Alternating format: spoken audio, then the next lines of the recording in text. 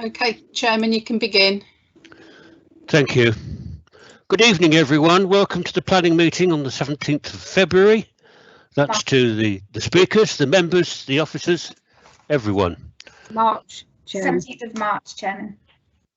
Say again. 17th of March, Chairman. You did say I do apologise. We're March. I haven't moved across the date line from Mandel yet. I'm chair of the planning committee and therefore I'm taking the meeting again tonight. And we'll go through our agenda now as everyone seems to be in place. Can we have the apologies, please, first? Yes, Chairman. Apologies received from Councillor Barbara Jenny and also from Councillor Harriet Pentland. Thank you. And the declarations of interest. Chairman, it's the minutes next. I do apologise. I'll get my papers in the right order now. Sorry, the next item is the last two planning meetings on the 1st of March and the 17th of February. Have we any questions about those, the contents of those? Yes, Jill, you have? Yes, it doesn't have a page number actually, but the item on Home Sweet Home, the second page of it, the top line is incorrect. It says members were also not satisfied that the proposed amenity space was insufficient. We were not satisfied that it was sufficient. At the moment it reads the opposite of what we considered. And there's a spelling mistake in the next paragraph. Would need to be sought. The T is missing. Can we correct those, officers? Do we agree? Yeah, I've noted them, Chairman. Thank you. Okay, thanks. So. Yes, please, Chairman. Yep. Sorry, who's that? That's Peter Wathen. On the second of those two meetings, which I wasn't able to attend, unfortunately, I did send my apologies in. Okay, thank you. That's noted. Thank you. Anyone else? Nope. Right. So, the minutes of the meeting. Is it your wish that I sign both of them? You're all happy with that? Aye. Yes. Aye. Are those in favour of the minutes? Say aye. Aye. Aye. Subject to corrections, yes. Item 3, declarations of interest and informal site visits. So, declarations of interest. Do we have any? Yes, Mr. Chairman. Councillor Peter Thomas? Yes. I need to declare another interest in the Pitch March application, as the applicant is known to me because my company has worked for him in the distant past. Distant past. And you've not talked to him or anyone about the application? No. No, thank you, Peter. That's okay. Anyone else declaring an interest? Yes, me. Jeff? Councillor Shatlock. Councillor Shatlock. Newbrook Farm, Titchmarsh, the applicant and agent are both known to me and I feel I am too close to this application, so I've decided to speak as ward member instead. Fine, thank you. Anyone else? No. Any site visits, personal site visits you've done? Yes. Dudley? Yes, Councillor Hughes? I didn't put my hand up, but I have driven through Stannick, but I haven't been particularly to look at the site. Councillor Wilkes, who spoke. Councillor Wilkes, I think he was calling out. Thank you, Chairman. If I can just disclose that I have been past the application in Stannick. I walked past there at the weekend. I didn't speak to anybody, and I obviously come to the meeting with a completely open mind. I just walked past the property. Thank you, Lee. That's fine. Is that all? Right. So that's item 3 on the agenda. Item 4 are the questions. Do we have any? No questions received, Chairman. I don't think we've ever had any, have we? So we now move to item 5, which is the Section 106 agreements and delegations. Carolyn, are you taking those? I am, thank you, Chair. Just to note the contents of both reports, but to update you that Prize Hall, the decision has now been issued on that application. And just to note that lengthy extensions of time have been requested on all section 106s just to cover the period between finishing at ENC, moving into North Northants Council. And then with regard to the Federal Estates application, Gordon is just going to give a brief verbal update on that for you. So I'll just hand over to Gordon. Okay. Thank you, Carolyn. Welcome back, Gordon. Thank you. 12th November was when you consider this committee. An unusual project, 3 projects in one application. At Higham Ferries, there's a housing site, a low carbon energy housing site. That's 120 houses. But the project also included an innovation or employment park at Charveston, and that in itself is split into 2 projects. One being a detailed application, which is going to be implemented immediately on the grant of permission, and the other was an outline element to that. So an unusual application with a number of components separated by some geography. But the reason why I'm talking to you now is just to update you, because we're pleased it was approved. It's an unusual and important project, and the section 106 is still proceeding. It's these things get complex, but there's nothing separating the 2 parties as far as I'm aware. So it's just a matter of time with detailed legal matters being addressed by both parties in the legal agreement. Some parts of the legal agreement, but the process of doing the legal agreement tends to sharpen the whole process up, and some matters have left the legal agreement and been put into planning conditions instead.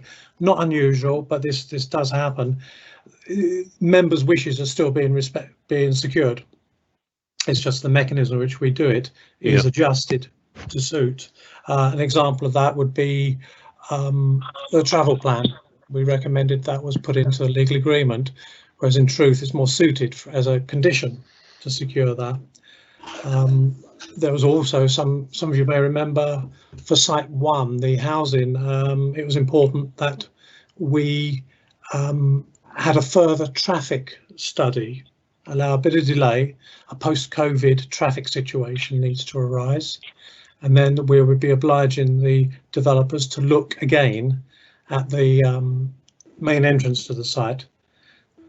That would be dealt with by means of a planning condition joining a whole gamut of highways measures to control the site. So it's all going quite well. When you see it, the decision notice, remember it's 3 projects, so it's quite a long decision notice. It's got 90 planning conditions in it. We don't like overdoing these conditions, but that is covering 3 projects.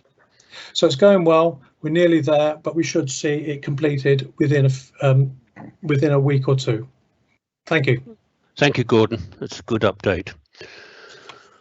Right, Carolyn, have you got any more?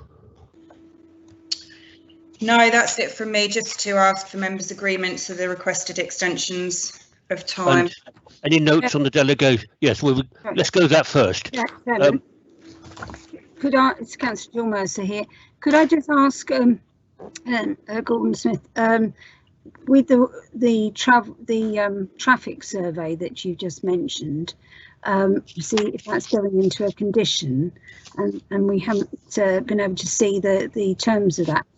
Is that possible to send it out to the members you normally send these consultations out to, Chair, Vice Chair and Ward Member, just to have a look at the wording of that? The wording would be as per the resolution. It's just its output would be via a condition rather than a legal agreement.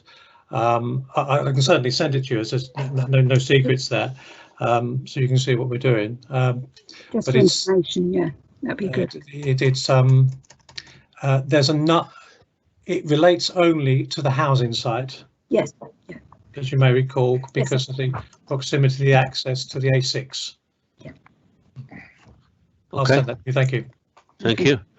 Right. So there are several extensions on the first page Can we take those all as one? Are you all in agreement with those extensions taking place? If you are, say aye. Aye. Aye. Wait for me. Aye. Aye. Okay, thank you. We'll take that as read then. So, appeal decision monitoring report, item 6. Chairman, did we do? Dean's taking that, are you, Dean? Chairman, did we do the delegations? Say again. We only really did the 106 then, didn't we? Don't we need to do the delegations?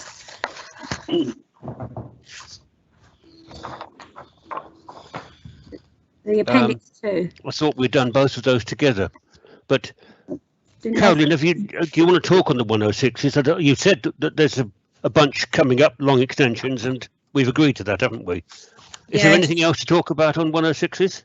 Not on 106s. On the delegations, it's just to note the content of the report and mainly just to report to you again that Priors Hall has been issued now. Thank you. So let's move on. And we're on to item 6, the appeal decision monitoring report. And Dean's going to take us through that, aren't you? Okay, thank you, Chair. I'm going to do a short presentation on this. So just let me share my screen. Get the right one.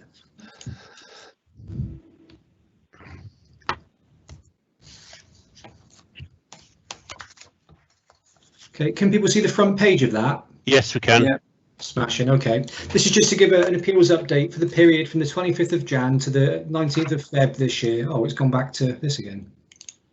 Can you still see that? Yep. Yeah, okay. Yeah, 25th of Jan to the 19th of Feb. So can you see the headline screen there? The replacement garage we can see. You can see what, sorry? Replacement garage, 10 Rose Avenue. Oh, hold on, it's gone wrong. Let me make an adjustment to that. I'll unshare and reshare.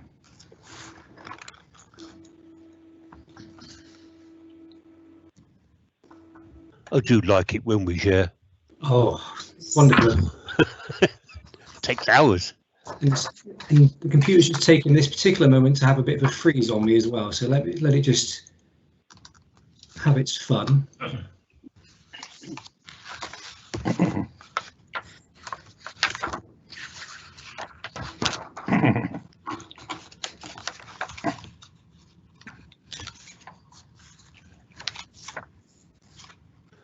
Are we getting there, Dean? I think Dean's frozen.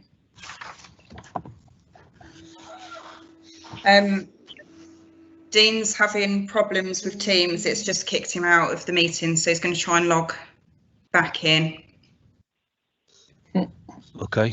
Chairman, would it be perhaps better to, if you're going to have the problem, to take this item after the applications, or after one of the applications? Just we'll give it another half a minute or so.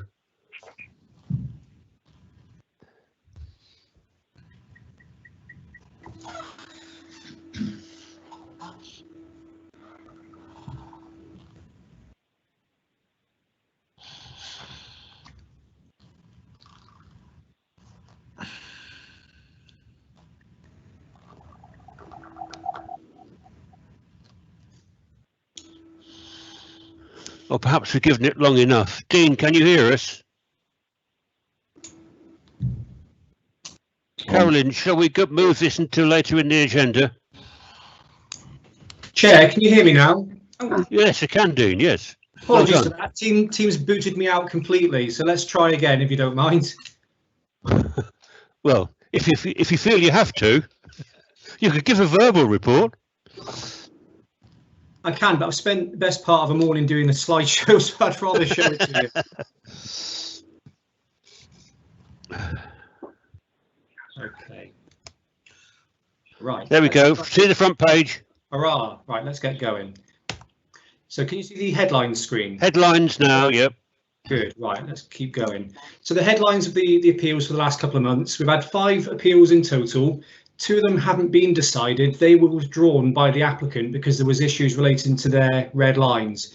So the inspector wasn't able to approve them regardless if they wanted to or not. So they've been withdrawn altogether. So that leaves 3 appeals. 2 of them were committee decisions on major applications. I'll come on to those in a moment. And then the last one was a delegated householder application, which the committee won't have seen unless they had a particular interest in it. So I'm only going to go through the 3 that have been decided, starting with the easy one, if the slide will work.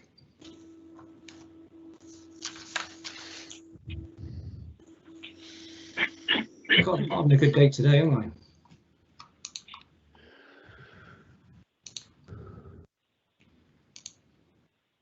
Right, I'll do it that way. Okay, so the first one's a householder appeal. It's one that was refused under delegated powers for 2 reasons, as you can hopefully see on the screen there. The scale, siting, etc. They were just felt to be far too big for the location. It was almost commercial in size for a residential area, and it was felt to be sort of oppressive and overbearing to the neighbouring properties. The inspector agreed entirely, I think, with the first reason, and partly, but not entirely, with the second reason, and they refused permission. They dismissed the appeal. So they didn't identify as much impact to amenity as we had, but nonetheless, they still refused the application. So good job on that one. It's one that if members were interested in it, I could show you a picture, but it's one that I puffed my cheeks out when I saw it because it was pretty galling for a householder scheme, to be honest. The next one is 10 dwellings at Midland/Brooks Road, Rawns. I think it was an extension to an existing housing site.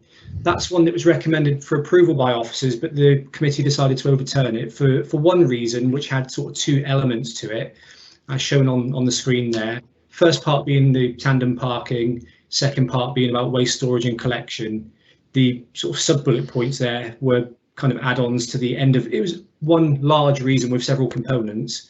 But the sort of latter parts of those components were that we felt it led to poor design and function, and that the harm from the scheme identified the benefits.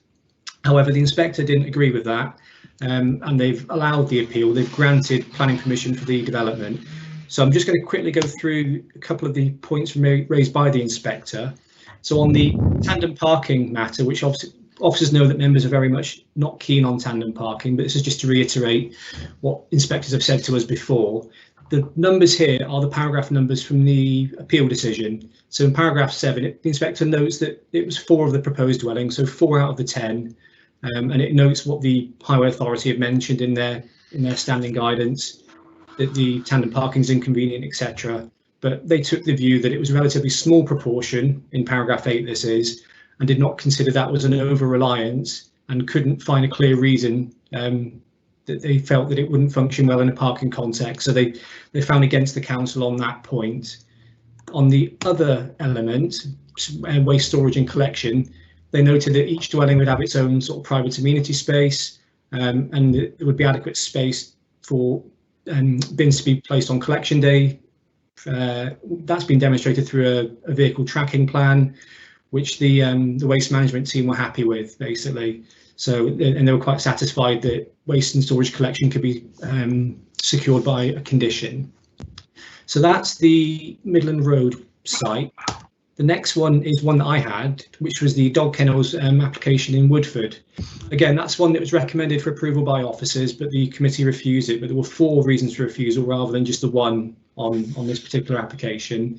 And headline on that again is that the inspector disagreed, and they've allowed the appeal. They've granted planning permission for the development, and all but one of the conditions that were on the original report have been put into the inspector's appeal decision. The only one that wasn't included was the construction hours, but that could actually be embedded to the construction management plan if it was felt necessary.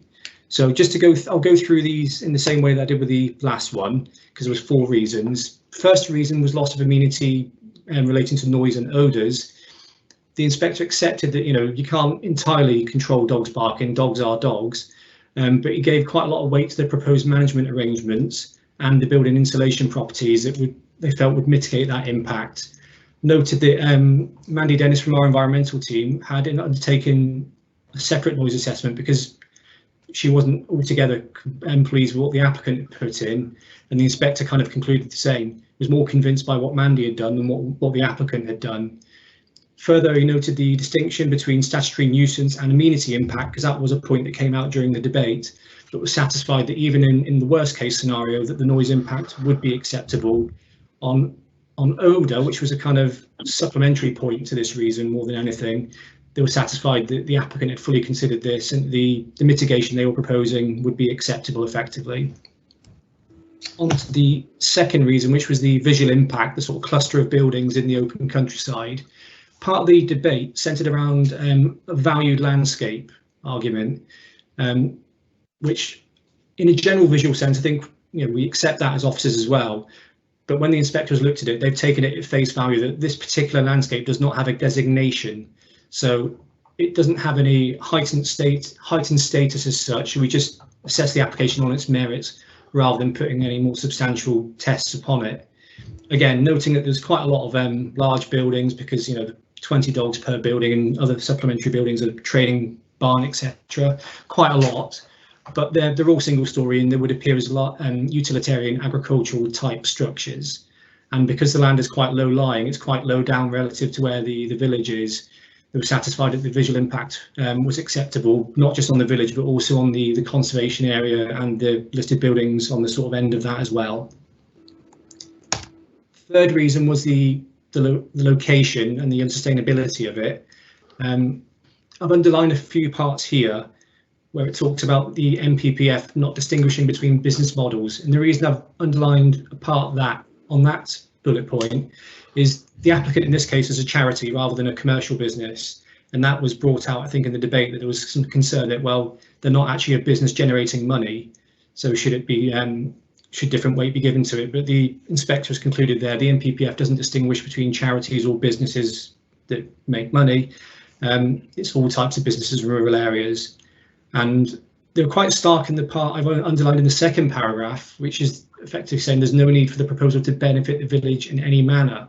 So long as the business effectively, or so long as the use proposed is able to justify itself in planning terms, it doesn't need to be a benefit to the village, so long as it's not causing harm, I think is the point I take from that.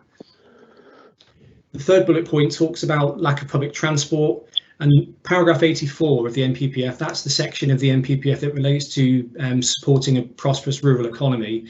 There's an acceptance there that you can't attain public transport in every situation, and that's the case we have here.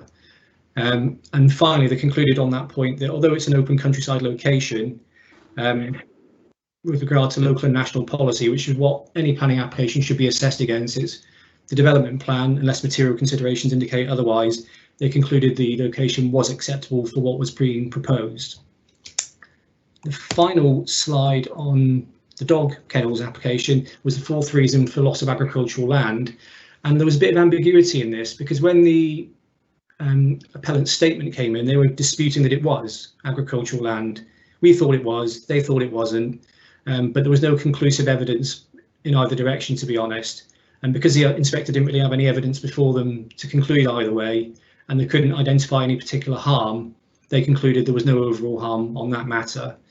Other matters, just at the bottom of that slide, highway impact there was a lot of debate about the highway impact, but it wasn't included as a reason for refusal, even though there was clear concern.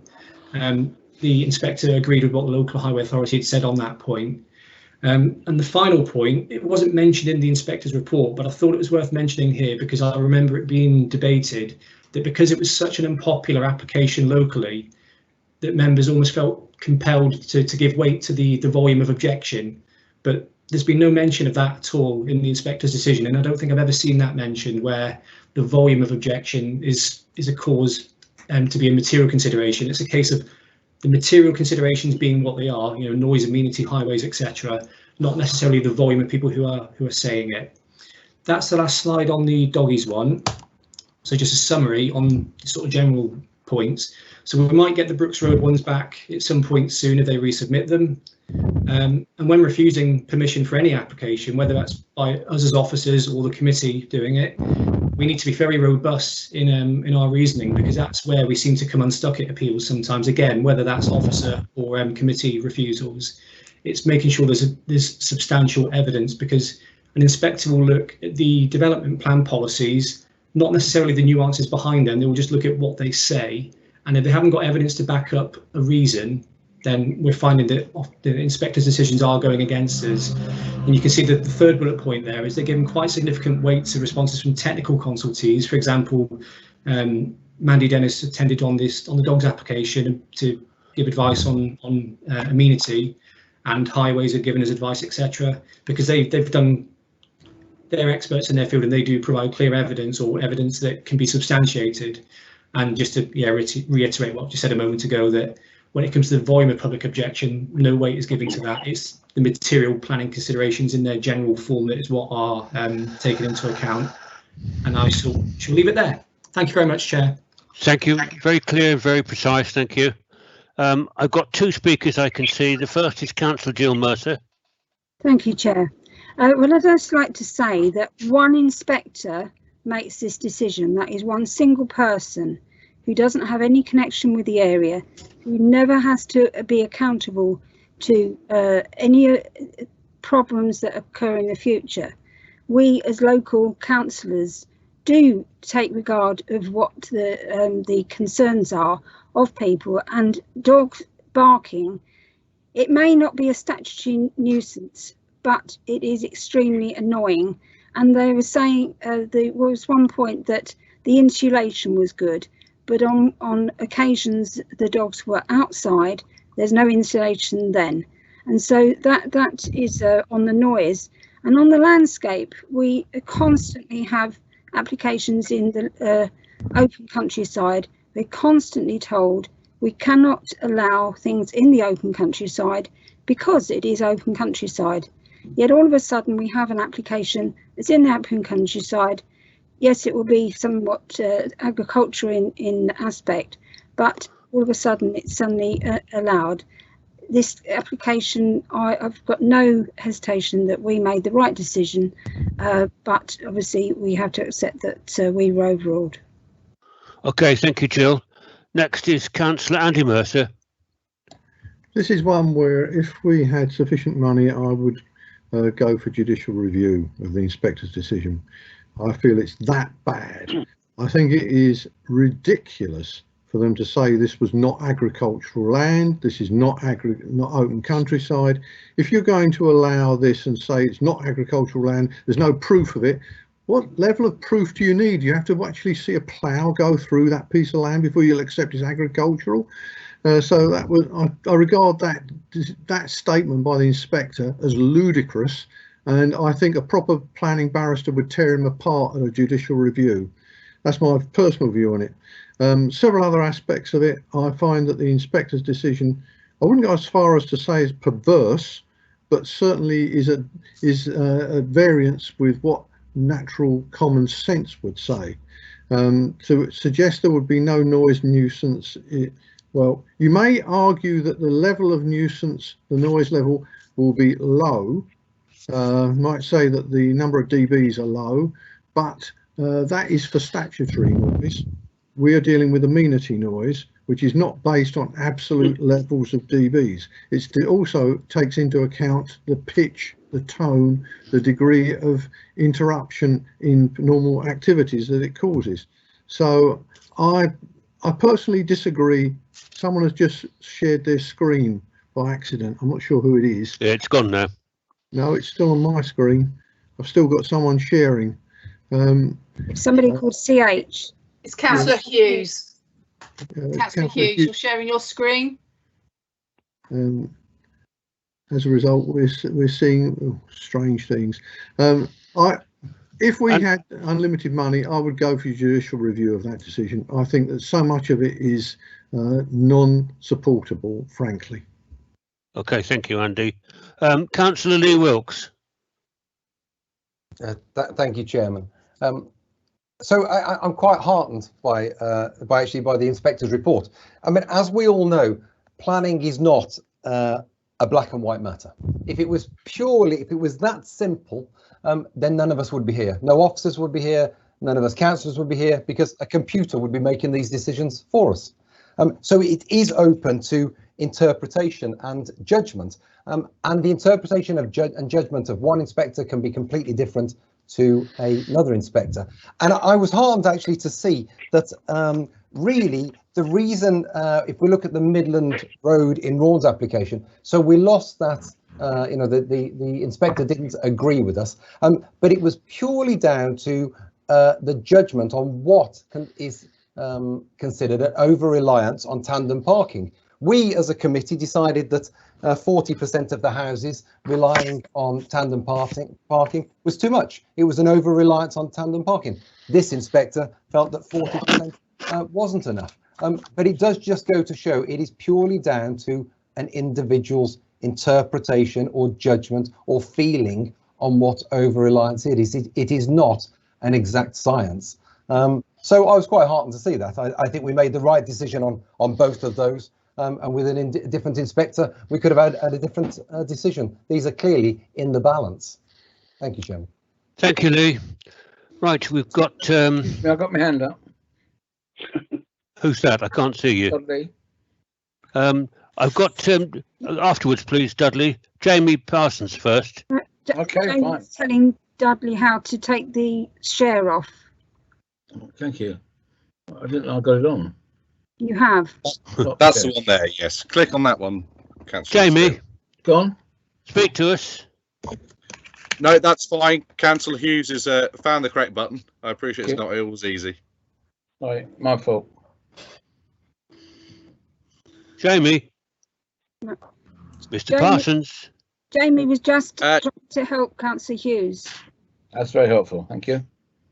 That's all it was, Chairman. Back to you. Then Councillor Hughes. Very briefly, about the dog kennel, I think some of the evidence was, the evidence about the barking was based on one dog, I remember, when they're going to have 20. And I really think that it wasn't considered properly by the inspector. He didn't have really the full evidence.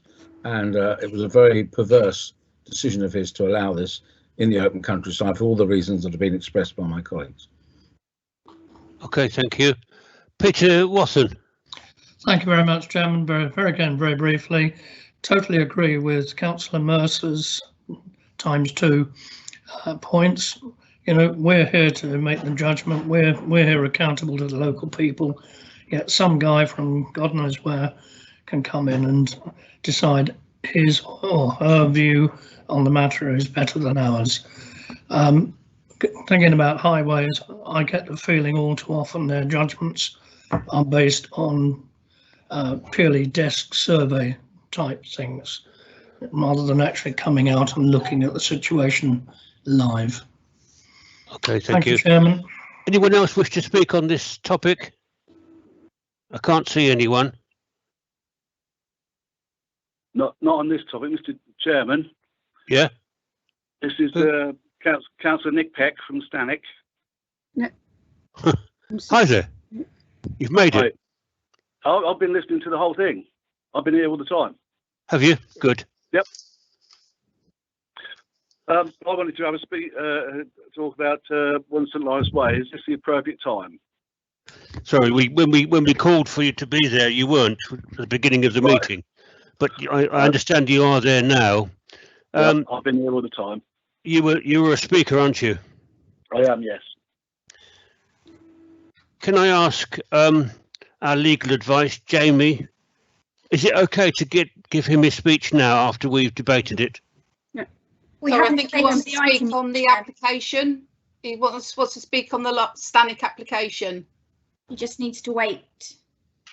Right, sorry, I didn't know whether it was now, so sorry. No, that's okay. Yeah. Okay, forget that then. Let's carry on. So, let's go for a proposal, please, for this one.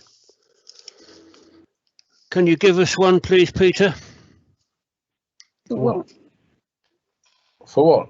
Chairman, we haven't actually got to the planning application. Chairman, I think to note the I think report. at the moment it's the appeal decision, so it just needs to be noted. I do apologise. Yes, of course. Planning application. So we finished the appeals decisions, haven't we? Yes. Yep. Duly Okay. noted.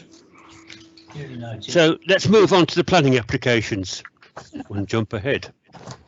So we start with the first application, which is, Dean's going to go through that again, are you, Dean? Yes, I am, yeah. Yep. Hopefully I have more luck with the presentation this time than last. Can we see the front screen there? Yes, we can. Excellent, right. Okay, so this application relates to the Enterprise Centre in Rawns. Can we see the location plan there? Yep. No. No, not yet. No, Still no. the front page. Still the front page. I was doing the thing I did before. I think what I'll do is I'll just show it on the screen. So you can see the front page with the numbers there, yeah? Yes. We did, but it's gone back to your front page. Yep. Yep. Now we see the location plan? Yes. Yep. Cool. So look, yeah. Well, we can see it's there, but it's difficult to read. Yeah. Okay. Well, I'll try and get it going again. Is that larger? Yeah, that's better. Hurrah. Right. So that's the location plan. The Enterprise Centre in Rawns, the A45 running to the direct north, as the Superstore to the south, KFC to the immediate east. This is the proposed site plan showing the car park in the centre with the building in question to the west. Where the arrow is on the left-hand side shows where this proposed antenna is to be sited if allowed. It's on the western elevation of the wall. If you can see the elevations there, I've circled in red where the antenna is proposed to be. And the antenna itself looks like you can see in the bottom right-hand corner of the screen there. It's no bigger than a Sky Digital dish on a normal dwelling house.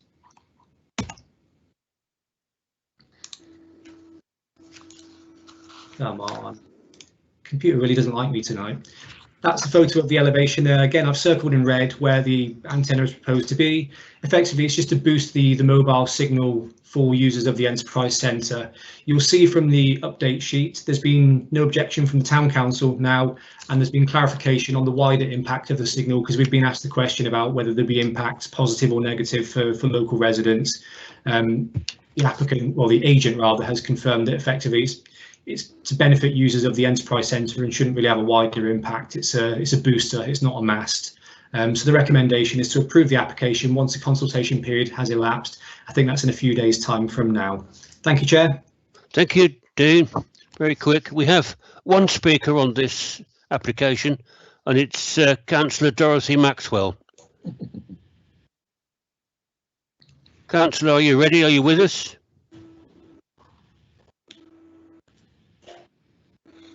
Councillor Maxwell, we're waiting again.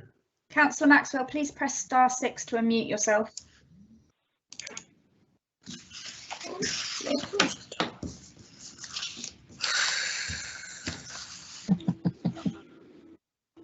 I wasn't aware, Chairman, that Councillor Maxwell or anybody was speaking on this item. I don't know. I've just seen the list of speakers now. Perhaps you could ask her. Councillor Maxwell, are you there? Sorry, Can you hear me? Just, you're in the background. Can you hear me? Yes, we can, just. Right, okay. Can we, before you start, can we ask you why you're speaking on this subject to us? Well, when it's not your ward? It's not my ward, that's correct. I'm speaking as a councillor on East Northants Council. Is that it? This building has been developed by East Northants Council. That's the reason why I'm speaking. Okay then, go on. Right, as a councillor on East Northants Council, and whilst I have not been invited to look round the Enterprise Centre due to COVID-19, I am surprised that having the booster for the internet for the startups was not part of the development when planned. This signal iPhone booster would be great if it helped the residents nearby and also businesses, but it will not even reach Asda. Therefore, what's the point of having it? Clearly, it should be available to all the community and not just the Enterprise Centre. I would therefore suggest that ENC got more powerful booster before the 31st March, which would help the residents and local businesses. This is what happened in Islip, where the whole village has now got fast broadband. This is not about 2021, it's about 10, 20 years' time. Therefore, can this application be deferred until this is sorted out? and thank you for listening. Thank you, Dorothy. I've got a note here that Councillor Andy Mercer wishes to speak. Thank you, Chair. Couple of points. First one is for the legal officer to give us a proper answer. About more than 20 years ago, this council legally changed its name to East Northamptonshire Council from East Northamptonshire District Council. The application is in the name of East Northamptonshire District Council. I'd just like to have the officer confirm that that is not going to affect the legality of any decision we make before I go on. Can the officer do that? Dean? Thank you, Chairman. Maybe it's worth just saying there is such a thing called the slip rule, whereas it's an error that is evident on the face of it, it would not go against the decision that follows. Thank you. That's most okay. Thank you. That's cleared. Right, now just comment on this booster. This is on the customer side of the internet, not coming from the internet service provider.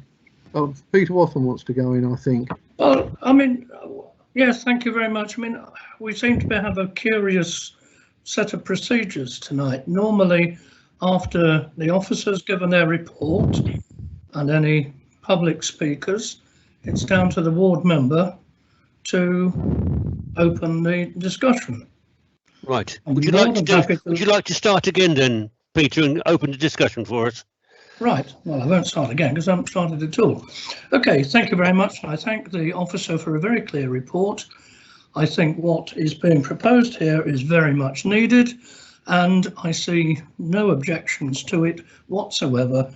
And for the sake of brevity, I will stop there. Thank you. Jolly good. Councillor Mercer, have you got more to say? We stopped you halfway through. I think Councillor Wilkes needs to come in front of me. I've got him down the list afterwards. Councillor Mercer, have you got something to say now? I was merely going to say that that booster can't be used outside the building because it would bill the wrong organisation for the use of the internet. Thank you very much. Councillor Wilkes. Okay, thank you, Chairman. So, yes, obviously Raunds Town Council, who are representing the public here, really, have got no objections, and that makes sense. This isn't an application that would have come to us, of course, had it not been for the fact the building is owned by East Northampton Council. The booster, it would have been great if the booster was built when it was installed when the building was built, but anybody who works in an office knows you don't know these things until actually you build it and realise the signal doesn't go through the walls that you thought it would go through. So it needs to be a booster. It can't be opened up to the public for obvious reasons. It's just for the tenants in there. So yeah, no, it shouldn't. It wouldn't normally even come to us. No objections whatsoever to this. Good. Anyone else? Any comments? Can't see any hands up. So shall we go back to Peter Wathen for a proposal, please? Thank you very much, Chairman. I propose that we grant this application subject to the conditions contained in the report. Can I have a seconder, please? Seconded. Councillor Alex Smith, you've got your hand up for seconding that, that's fine. And those in favour, will they say aye? Aye. Aye. Aye. Those against say nay? Nay. Anyone? Was that one single voice there? No, I beg your pardon. No. I'm for the application. Stick to it, please. And anyone abstaining?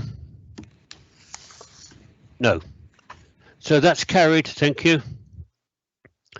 Let's move on to the second application for tonight, which is the Newbrick Farm in Titchmarsh, and the officer is Wayne. Can you take us through it, please, Wayne? Yes, thank you.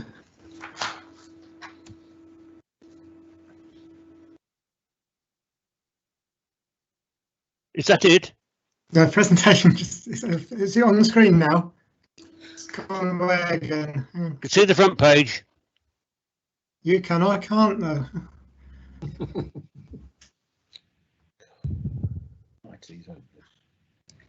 Don't you love Teams?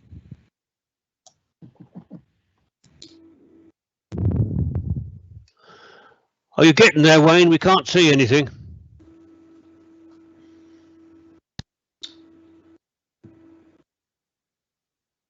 So, Chairman, it looks like Wayne's no longer in the meeting. Is he not? Well, that's a shame. I guess we have to get him back. Shall we go on to the third application, or shall we wait for Wayne to come back? I would Sorry, Louise, go on. I would suggest you move on, because you don't know how long it's going to take him to get back in. Yeah, okay. Well, let's hold the bus on this application for the moment. I don't know whether we have to go through it all again, but remember what each of you has said so far, if you could. So let's move on to the third application tonight, which is the one in Stanwick. Jeff, are you back with us? He never left. Yeah, I never left, Mr. Chairman.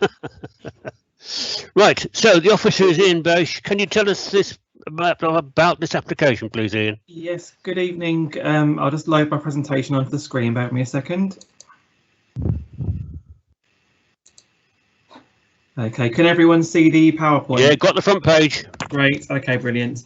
Right, this application is for a proposed dwelling within the garden of number 1 St Lawrence Way in Stanwick. The property is a large corner plot.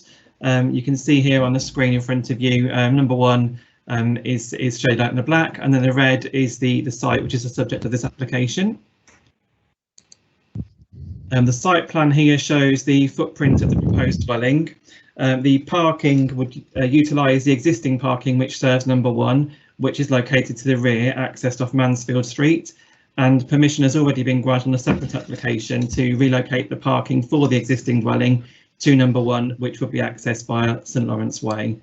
There is a plan here. It may just be a little bit small, but if you can see that, you can see the black markings in front of the dwelling show where the relocated parking for number 1 would be positioned. Okay, we've got a Google Maps image there, just showing the site from an aerial point of view. And then we've got the photographs of the site from the front. You can see in the photograph on the right hand side there that the applicant has removed the garden wall and has started to mark out the parking area for the existing dwelling. That will then enable, if permission is granted for this new dwelling, for the parking to be located to the rear. Just a couple of other photographs of the site here, where you can see there on the side garden, which is where the proposed dwelling would sit. And then a view there on the right hand side from the existing driveway, which would become the driveway for the new dwelling.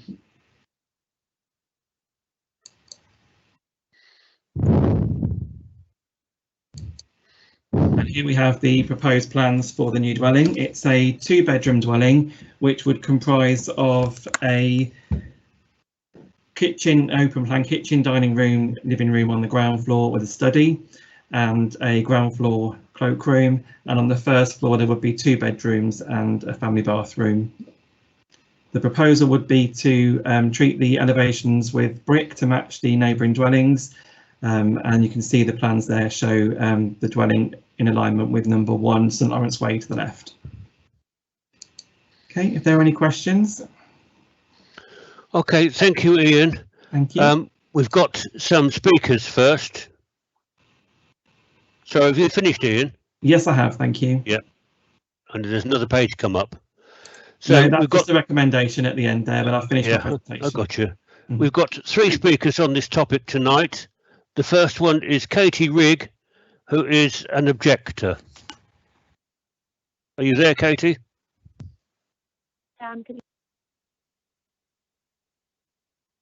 Katie, can't hear you. Oh, hello. Can you hear me now? Can hear you now, yes. Oh, excellent. Go for it. Okay. Thank you for allowing me to join the meeting this evening.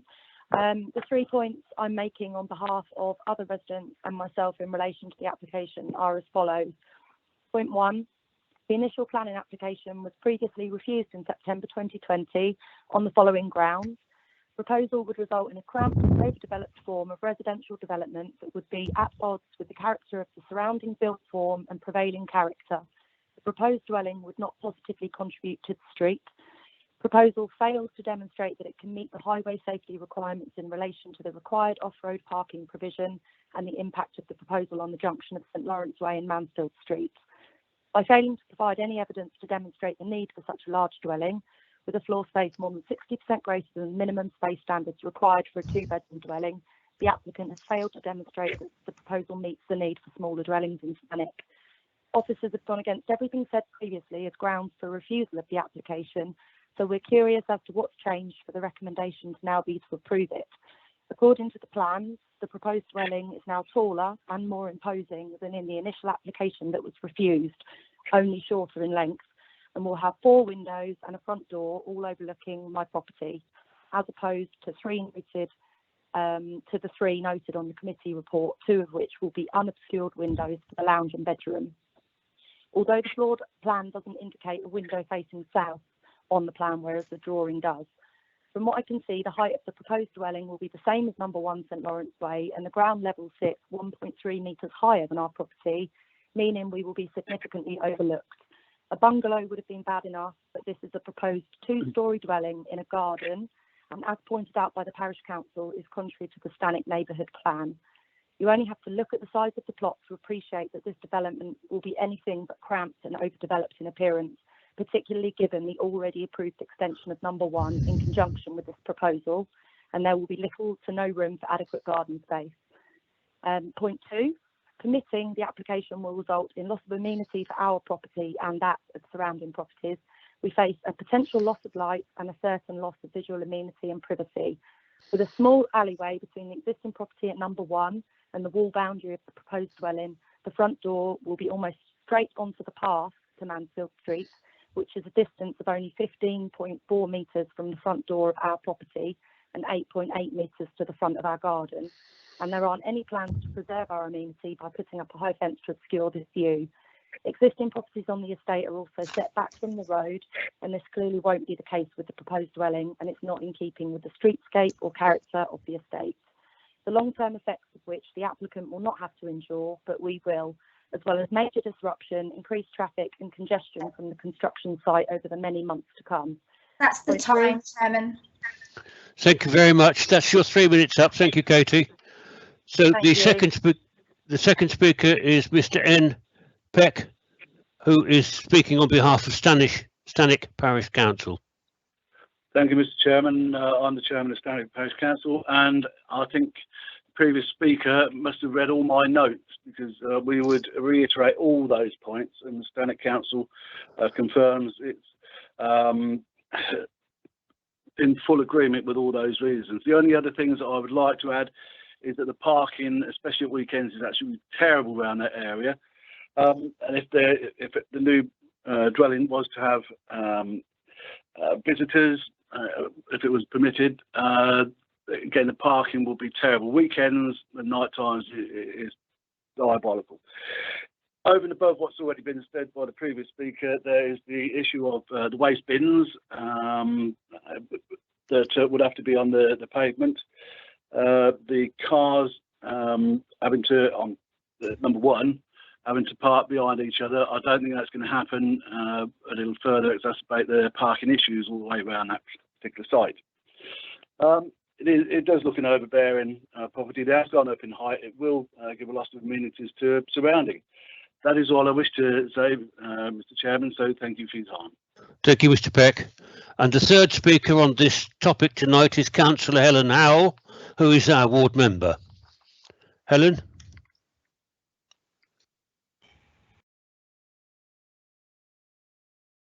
Helen, are you there? Chair? Who's that? Is that Helen? Can you hear me, Chair? Yes, I can. Is that Helen? It sounds like it. Thank you. Yes, it is. Sorry, thank you, Chairman. Yes. Okay, ready. Members, thank you. I'm speaking as a ward member and supportive of the parish and the residents with their objections. The plot is too small for this type of development and represents overdevelopment of the area. It is a garden development, and the resulting impact on the street scene would be out of character for the design of the estate as a whole. Excuse me, contrary to Stanwick neighbourhood plan. The proposed dwelling would have minimum outdoor space and be placed too close to the existing property of 1 St Lawrence Way to permit adequate access for maintenance, which is contrary to East Northamptonshire Council supplementary planning policy. However, my greatest concern with this application is that in paragraph 7.2 of the officer's report, it reads that the Local Highways Authority are satisfied that the applicant has also demonstrated by way of a scale drawing that the required pedestrian visibility displays of 2 metres on either side of the vehicular access can be achieved. What drawing is this? The one on the planning portal displayed as location plan amended shows the visibility display to the right of the parking bay do not meet the criteria as set out in the LHA's response, which reads, the applicant must provide necessary 2 metres by 2 metres pedestrian visibility displays required on both sides of the access. These displays must be contained fully within the applicant's site and not include any public highway land or any other third-party owned land. The displays shall be permanently retained and kept free of all obstacles to a visibility of 0.6 metres in height above access/footway level. Firstly, why has this been ignored and a recommendation for approval been made without ensuring that these requirements have been met? Secondly, the location plan clearly shows that the applicant is using third-party land to accommodate the visibility displays, which goes against the recommendation of the LHA. And finally, the land to accommodate the visibility displays is on property of a third party, but also has a head height of bramble bushes, therefore not allowing for visibility displays to be achieved.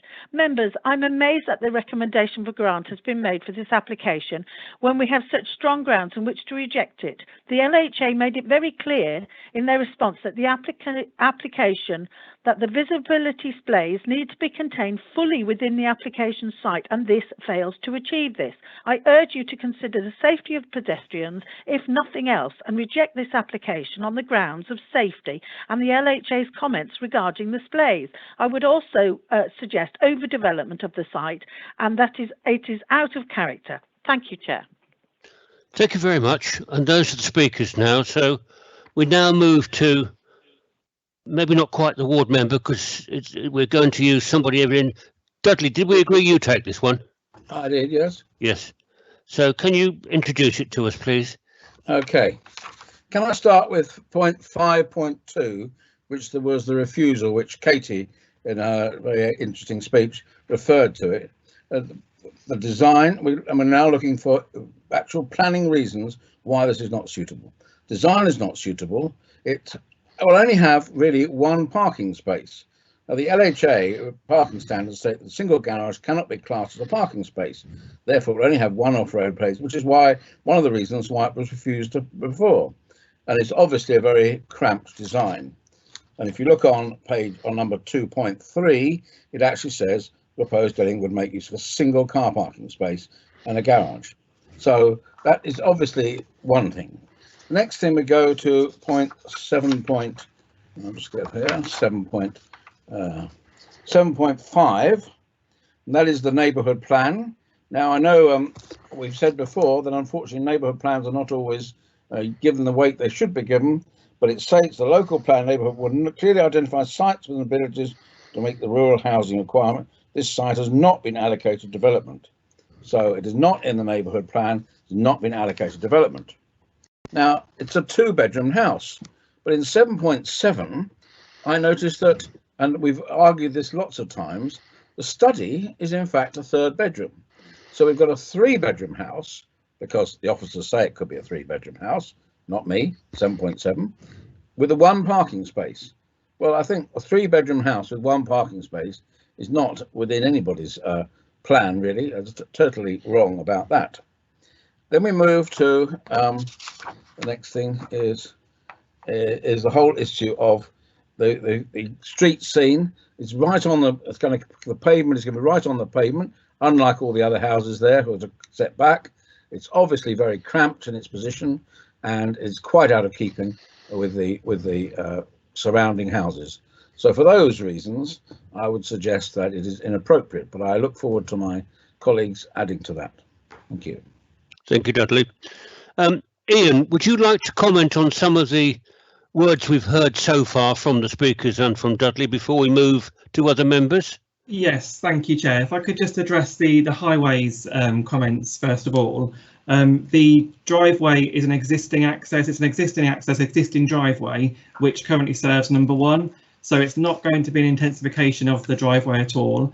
The plans show the garage has been removed because that was, I think, one thing we negotiated with the applicant here was that because the parking standards required 2 off-road parking spaces for a 3-bedroom dwelling or a 2-bedroom dwelling. So whatever the applicant wished to do with the study, it would have the correct amount of parking spaces because it does have 2 off-road parking spaces and the garage has been removed. So there would be adequate parking there. As I said, with the access, it's an existing access. It was being used until recently to serve the existing dwelling, and the existing dwelling has had permission and starting to implement to move the parking spaces to the front of that existing dwelling. So I think with regards to parking, that is why Highways had no further comments, because they were satisfied that there wasn't an intensification. Okay. Fine. Let's move on to.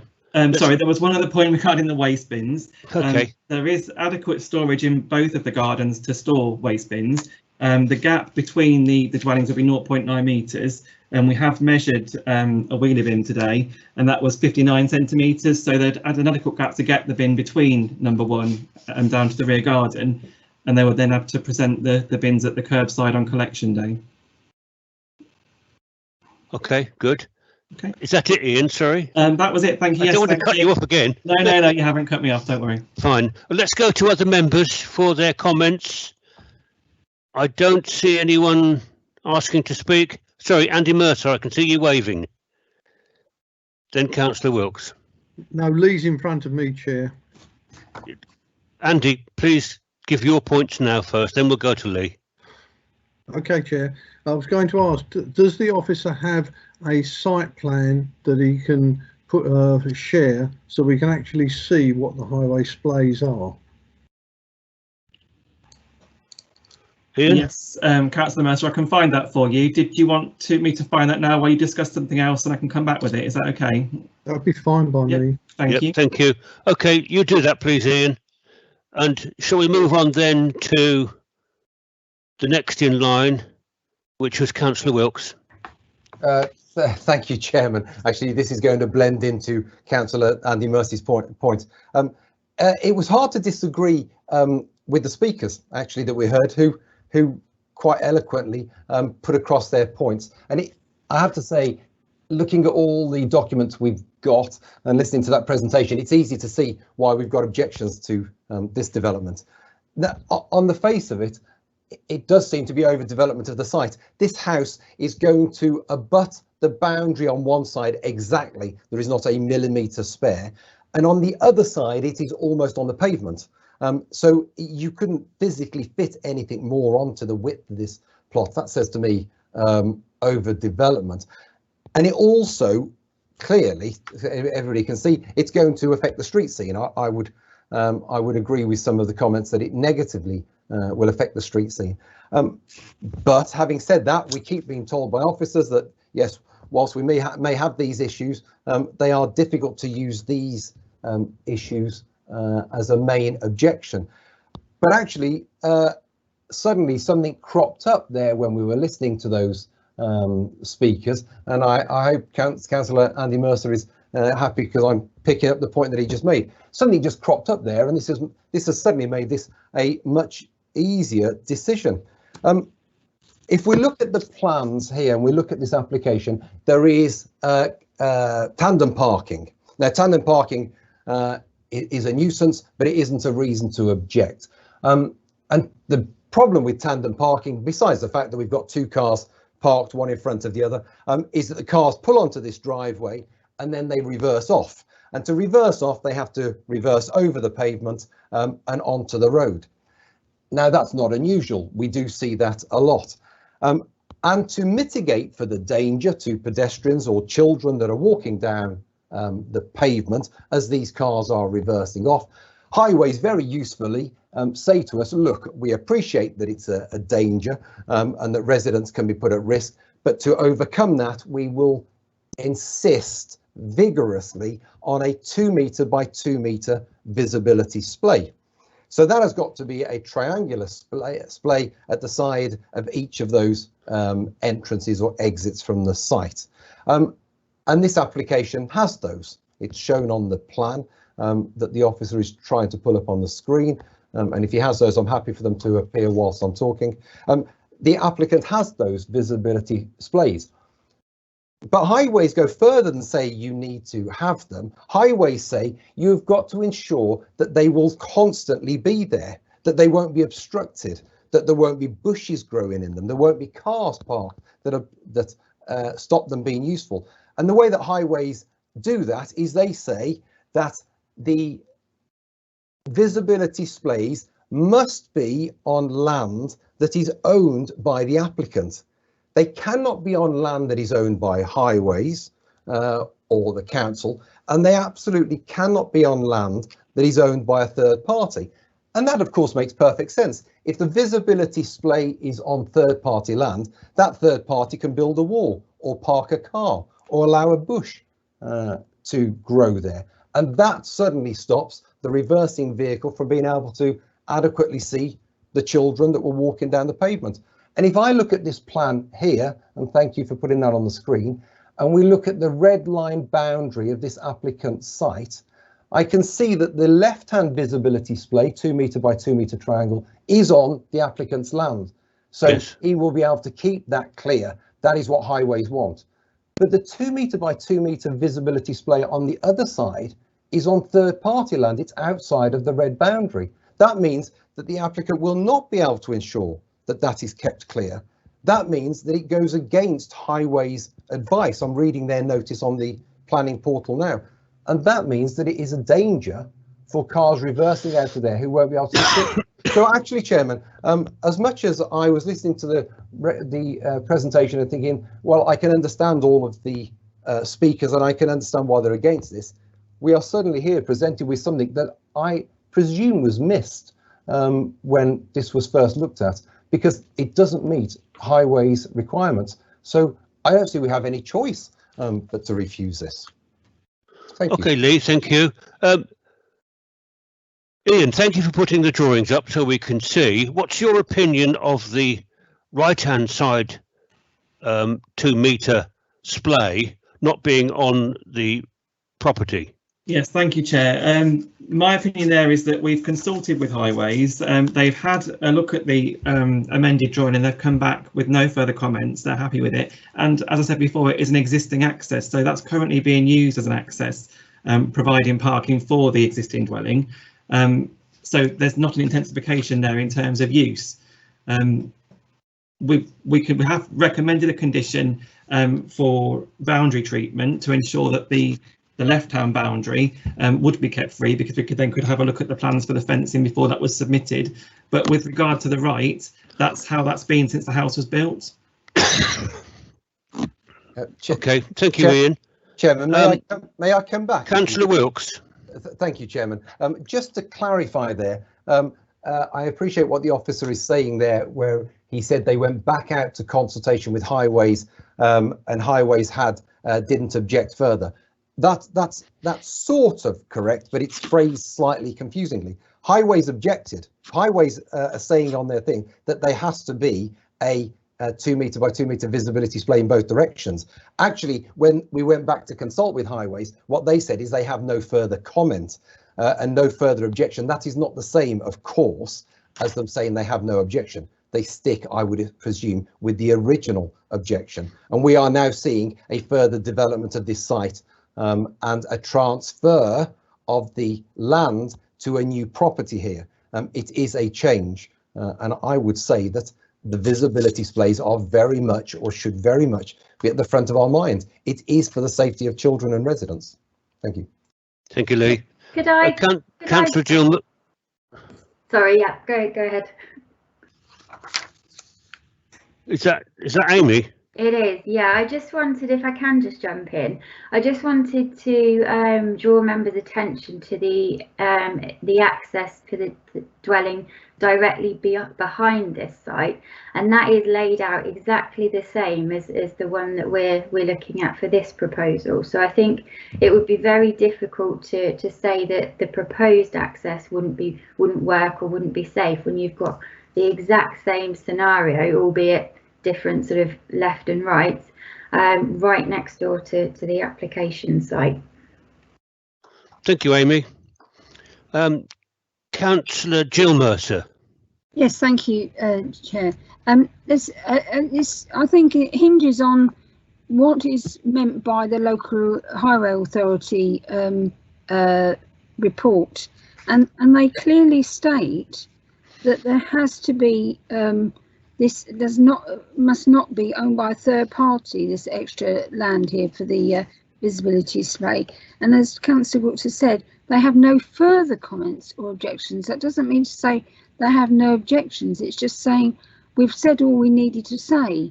And it says the applicant must provide the necessary 2 metres by 2 metres pedestrian visibility displays on both sides of the axis.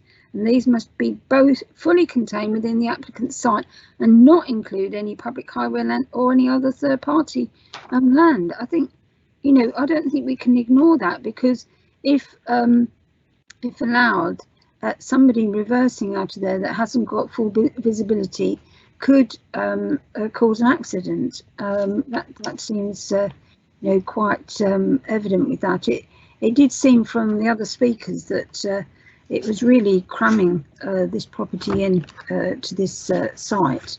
And there was also, perhaps the officer could comment on this, because he commented on this particular aspect about the overlooking that one of the speakers mentioned, about the height of the land and how it would overlook and impact their amenity. I'm not sure which house they were in, of course.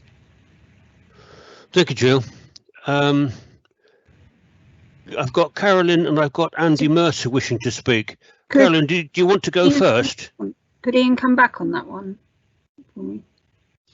Well, I don't know. Carolyn wants to speak. Do you want to speak on what we're talking about, Carolyn? Yes, please. Thank you, Chair. Just to come back, I note the concerns that members have got regarding the visibility displays, but the point here is that this is an existing access in use for the existing property. So we're looking at replacing it being in use by one dwelling by being in use with another dwelling. And it's actually a betterment on the existing access because the garage is being demolished. So it is in fact going from 1 parking space to 2 parking spaces. So I think the visibility display issue is irrelevant in this case, given that there's no intensification of use.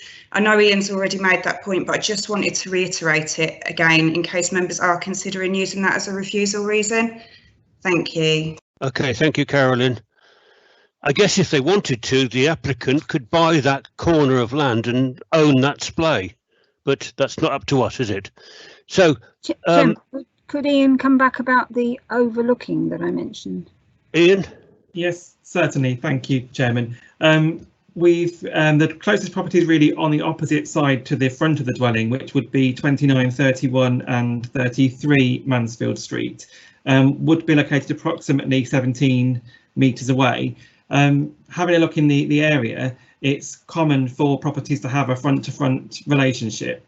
In terms of this application, there would be a bedroom window and a living room window located on the south elevation, which would look towards those properties on Mansfield Street. But they are fairly small windows, and there is quite a large distance there, a separation of 17.2 metres between the two properties, which I feel is acceptable in terms of overlooking. Thank you, Ian. Councillor Andy Mercer is next. Thank you, Chair. I'm slightly puzzled and confused about this one. Normally, we are told you cannot take into account anything that's outside the red line. If it's outside the red line, it can't be involved in the planning application. It's determining it and saying whether or not it's acceptable. Everything has to be considered what that is in the red line and nothing that's outside it, except for such things as overlooking, obviously. how did this get the original planning consent when it clearly breaks the current rules? Were the rules different back then? I find that very puzzling. The second point is that the brick pillar that sits against the pavement footpath that terminates the wall between the two properties, between two garages, that seems to be a fairly substantial piece of construction. I find it very hard to believe anybody could see through it. Does it sit back from the pavement boundary because we can't actually see the bottom of it, or does it line up with the other columns further along? Okay, Andy, thank you. Ian, have you got a comment on Andy's first point? I can do. I think Councillor Wathen also wants to speak, but what I can do for you is share a Google Street View image with you, which shows that scenario with the driveway and the adjacent driveway. The pillar is set back ever so slightly. Let me see if I can share that with you now. Bear with me a second.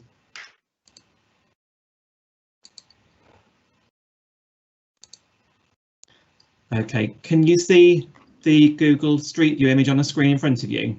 No. No. Bear with me. We could a moment ago, actually. Yeah. Could you? Okay, maybe that was me being a bit too quick. Bear with me a second.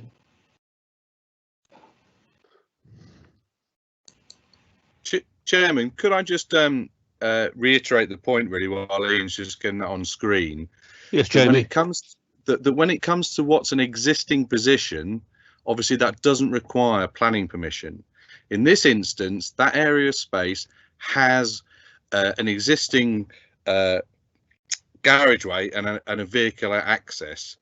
If there's an intensification of that use, then it may warrant the consideration of planning conditions or other elements to control it. But as you've heard from the officers, this isn't an intensification. So to try to seek to control something that is already permitted would not be a valid reason for refusal. It is in effect a historic driveway that is there that we can see is clearly next door as well. Next door, if you want to compare that, doesn't have the right of 2 meters over this application site, but it is still deemed acceptable as the current position. And I just want to reiterate that area of land is working as vehicle access. So to try to seek to, in effect, further control that with any intensification would not be a lawful reason to refuse the application. But I appreciate my colleagues have said that, but I just wanted to make that point clearly from a legal point of view. Thank you, Jamie. That's most expressive. Thank you. I've got Councillor Wilkes again, I think. Thank you, Chairman. Sorry, it's a quick point of clarification, really. I hear what the legal officer says, and I heard what I think it was Carolyn said about this is not an intensification of parking. If this isn't an intensification of parking, why does the applicant have to knock the garage down? Because if it's going to be used for exactly what it was always used, and it falls outside of planning, why can't they leave the garage up? And I presume they can't leave the garage. Ian, would you like to answer that? I think the access and the parking really are two separate matters. We want the property to have the correct amount of parking, which is why we've asked for the garage to be removed and replaced with a parking space to enable any future occupier to park 2 cars off the road easily, which they wouldn't be able to do with a substandard garage. I mean, previously they wanted to retain the garage. It's an old concrete sectional garage. It may not even be wide enough to put a car in, and this is what we've done here. Is we've asked the applicant to remove the garage, which they've agreed to, and we've replaced that with 2 parking spaces which meet the required standard. Chairman, would you indulge me just if I just come back to the officer? I absolutely agree with everything he's saying. Of course, at the moment with the substandard garage that's there is only parking for 1 car. The garage needs to be removed because we need to have parking for 2 cars. That, in my view, is an intensification. Instead of 1 car reversing off the driveway, we are now having 2 cars reversing off. And that is 2 cars that are having to reverse off, and they do not meet highways standards. We're told we should listen to highways. Highways are very, very clear here that there should be visibility displays in both directions. We are intensifying the parking. There are going to be 2 cars, not 1. So surely we have to consider the safety of the public that are walking on the pavement. That's really my point. Thank you, Councillor. Councillor Watson. Thank you, Chairman. Just a question really, please, and it's to do with the visibility display. We're relying on a portion of the other property's land to meet the requirements.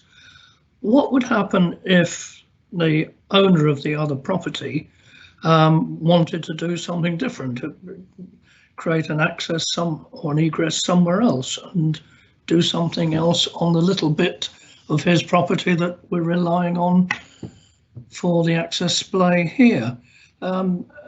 Again, we don't know whether that would happen, but there is nothing that would stop the owner of the other property doing something completely different and then destroying the 2-metre display. I just wonder whether that's okay, Peter, thank you. Not. Amy, did you want to talk about that? I just wanted to come back on Councillor Wilkes's point. Actually, I don't know whether Ian can answer the point from Councillor Hughes, but I think it's important to understand that the occupier with the existing garage could knock that garage down and use that as parking. So I think we should consider that as as an option to consider when we're looking at intensification. Thank you. Councillor Jill Mercer. Thank you, Chairman. Could the officer perhaps come back about the neighbourhood plan, as it's been mentioned several times that it's contrary to the neighbourhood plan, in particular being out of character with the estate and the street scene? Ian, do you want to take that? So I think those comments related to a previous refused application for a different scheme. No.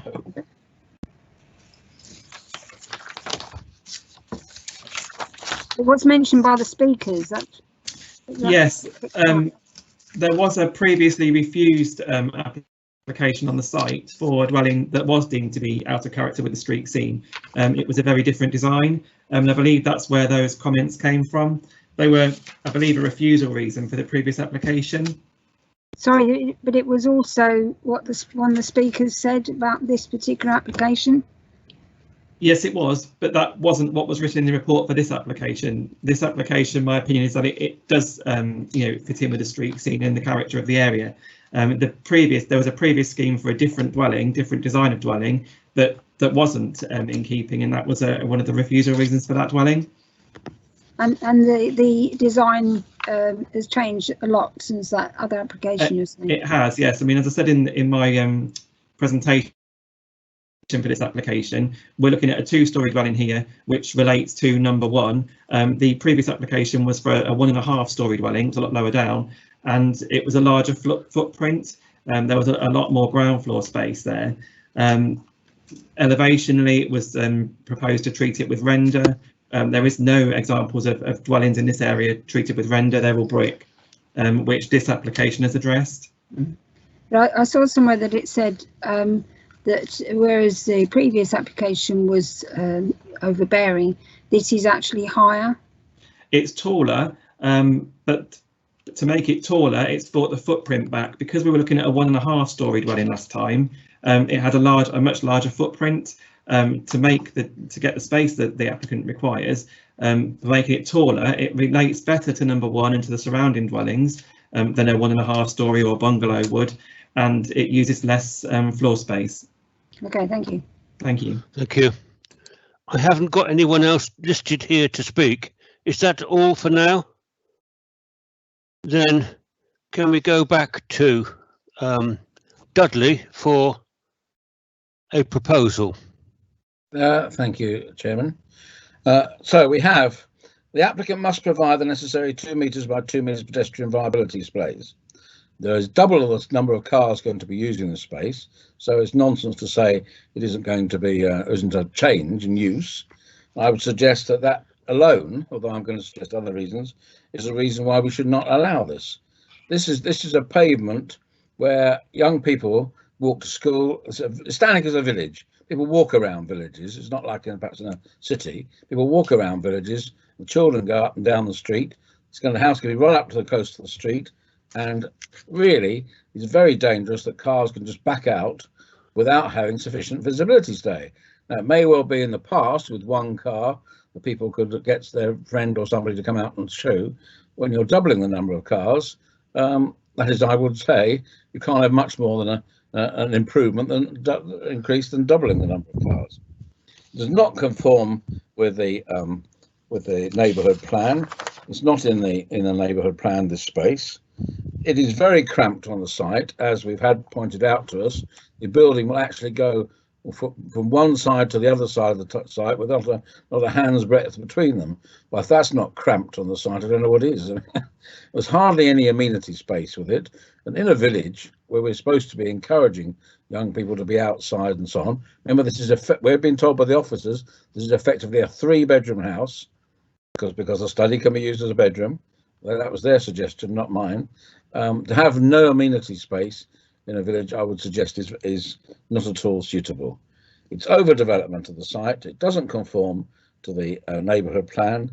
It is cramped residential, as in the previous refusal, cramped, and the visibility displays is, to say the least, dodgy. If we're told, the council says, NCC says must, doesn't say they could or should. When it's a new application,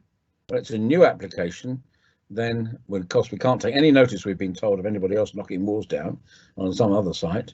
This is a new application. Why in a new application would we go against the council's advice when it's doubling the number of vehicles going to use this site? So I recommend we refuse it. So you're minded to propose refusal, but Yes. Let's have a talk to the officers about the strength of what you said are the reasons for the proposed refusal. Carolyn. Thank you, Chair. I know Then perhaps Jamie. Sorry, Carolyn. I know Councillor Hughes' proposal to refuse, and I've noted the reasons down. And Jamie will probably come back on the point again regarding the access. I just wanted clarification from Dudley Hughes when he mentions it does not conform with the neighbourhood plan. Which part of the neighbourhood plan it does not conform with? Could you please be a bit more specific? Well, it says, I will find the actual appropriate here. It actually says specifically neighbourhood plan in 7.5, I think. I've written down here. Part policy 11, the JCS say the part 2 of local plans and or neighbourhood plans will identify sites within or adjoining villages to meet the rural housing requirement. This site has not been allocated for development through a local neighbourhood plan. And can I just come back on that point? Yes, of course. This is an application for a single dwelling and it's considered an infill plot. So this particular site wouldn't be allocated for housing. So I feel that policy is irrelevant to a refusal reason. Thank you, Carolyn. That's great. What about Carolyn? What about the other points that Dudley made? I'll let Jamie respond on that if you're okay to do that, Jamie. Over to you, please, Jamie. Yes.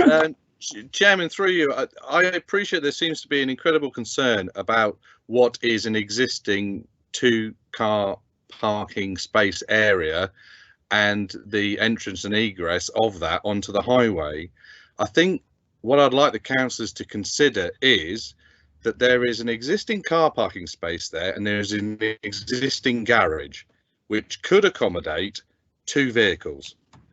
The planning officers, through discussions with the applicant, it has been agreed that the garage will be knocked down to encourage that the parking space that currently has a garage on it is, with the garage knocked down, it is more likely to be used as a car parking space. But fundamentally, the number of cars that will be parked in that area hasn't changed. It's not the position where now there's going to be 4 cars that can park there, and the highways may well then consider that an intensification of use. You've seen the Google Street scenes on your screens tonight, which clearly shows that this position is exactly the same as the neighbouring property. So I would very, very strongly recommend that is not used for a reason for refusal. I appreciate no councillors like the threat of costs being used, and I totally agree with that when it is a subjective matter and you can weigh up the balances. But in this regard, I would strongly suggest that this isn't subjective. There is a space that can hold 2 cars, and it is the current position. What is being proposed is not an intensification of that use. Thank you, Chairman. Thank you for that advice. Carolyn, you're next. Thank you, Chair. Sorry, me again. Just wanted to come back on the third point that Councillor Hughes raised regarding the cramped development. Obviously, this is subjective, but I'd urge members to look at the pattern of the surrounding development. I noticed that Councillor Hughes referred to the lack of amenity space. However, that proposed is similar to that adjacent at number 1 that's already got permission. So I don't think that, again, would be a valid reason to go for cramped development. That's my opinion. Thank you, Carolyn. Councillor Lee Wilkes. Thank you, Chairman. So I just wanted to check something there because I'm getting slightly confused now. Jamie, I hear your comments about there's going to be 2 cars parked here, and we need to consider that with the neighbours because the neighbours have got 2 cars parked and they don't have the visibility space. I think that's what you were saying. So if next door can park 2 cars without the visibility, then we have to consider it with this one. Was that the point that you were making? In effect, what we're saying is the status quo is not changing. So without there being a change, it is very difficult to impose either planning restrictions or to seek to refuse it on that ground. Okay, but we accept. Okay, thank you. So that's where I was getting confused. But you are saying, of course, that because the garage is knocked down, there could be 2 cars on it now in the future where there's only 1 at the moment, albeit they could have knocked that garage down at any time. Well, the point of a garage, it comes down to garages. I appreciate this is a slightly sort of minutiae point, but it is the fact that at the moment they could put a car in the garage and a car in front of it. However, everyone appreciates, there is the possibility that with a garage, you're less likely to use it. So my understanding from the planning officer's report is that is the rationale between asking for the garage to be knocked down to encourage those 2 spaces to then be used on a daily basis for the required parking, which isn't an intensification of what is the current position. Thank you, Jamie. Do we have any other comments or questions, members? No? Then let's go back to Dudley. Bearing in mind the comments that we've heard from officers, particularly Jamie's and Caroline's, some of the reasons that you proposed they don't seem to favour. Would you like to give us a rundown of what you say now in terms of the reasons for a prospective refusal? Right. On the highways matter, we're told very clearly in 719 a garage cannot be counted as a parking space. Now, you want to have it both ways. You can't either a garage cannot be counted as a parking space, or it is a parking space. If a garage cannot be counted a parking space, I don't suppose they ever parked a car in there. We're now knocking it down because we can't count as a garage space, parking space, in order to park 2 cars there. Okay, Dudley, let's ask Jamie again. Intensification. Well, that's what you said. It can't be both ways, really. Jamie, your thoughts, please. Okay. In relation to historic development that is existing, we have a garage there that can be used for parking a car in. One would hope that that is an accepted principle of a garage. There is also space to park a car in front of it.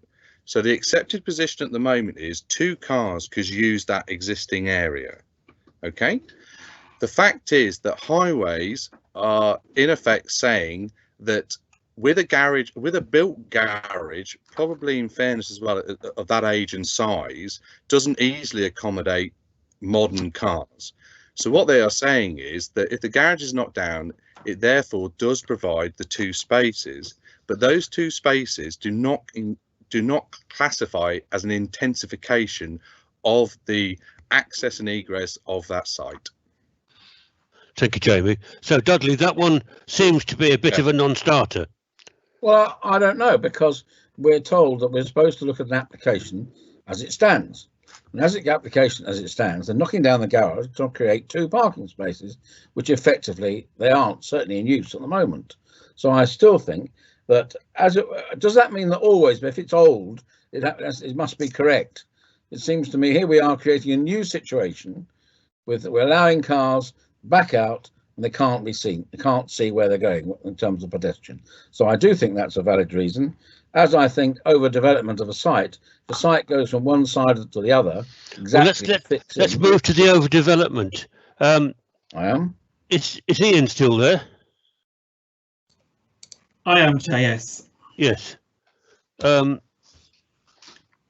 With overdevelopment, what do you reckon?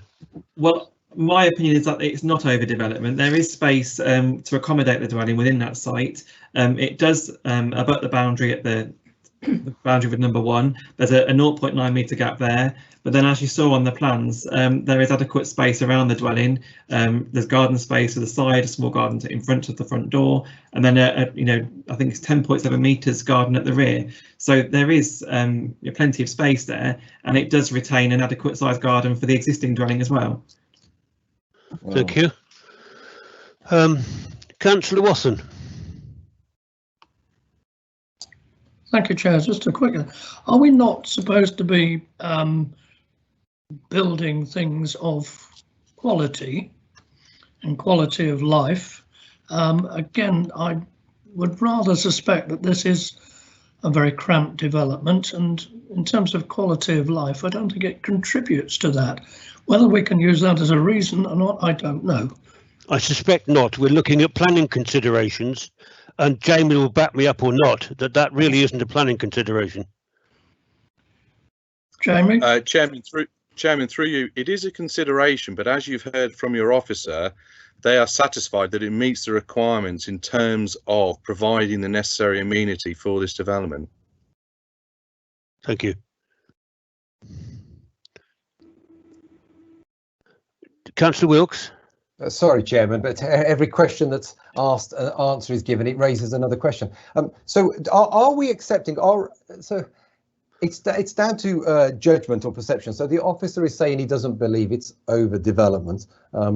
Clearly, some members are. But what about this affecting the street scene? So this is going to be, from what I can see on the officer brought up the Google Street Maps. So the front door of this house is going to be about ½ a metre back from the pavement, if I'm understanding this correctly. And I'm just quickly flicking around Google Maps now, as the officer did, and that is a huge change to the street scene, is it not? I can't see another house anywhere in the vicinity that's even close to ½ a metre. I mean, they all seem to be about 10 metres back, but this one's ½ a metre. That surely is a change of the street scene, which seemed to be what Councillor Nick Peck was alluding to when he was talking on behalf of the parish council. Yes, if I may, Chairman, through you, it's only cramped because they've put the house right up against the only space they provided for it, because I'm putting the house right up against the pavement, which is not at all in line with the houses down that road. Right.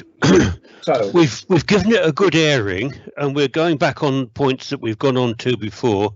And just before I carry on, Julie, you've got a point. Can I just clarify, where is the front door of this property? Is that onto not onto St Lawrence Way? Sorry, Councillor Mercer, the front door faces south onto Mansfield Street. So it's the little bit that's sticking out at the yes. So it is, as the other members have said, actually, instead of having the front door where all the other properties are alongside it, it's got it round the corner, right butting onto the street. It would face Mansfield Street. If there is a new build bungalow actually on the opposite side, which is built on the land adjacent to number 2 St Lawrence Way, which also has its front door facing Mansfield Street to the south. Okay. I can't see that. Thank you. It's not on Street View because it's a relatively new build. I think it was it's in the report actually. There's reference to it in the report. I think it was granted permission in 2017, but it has now been built. There was I've got a photograph of the corner of it if that would help. Yes. Okay, thank you. Just bear with me, I'll find that for you.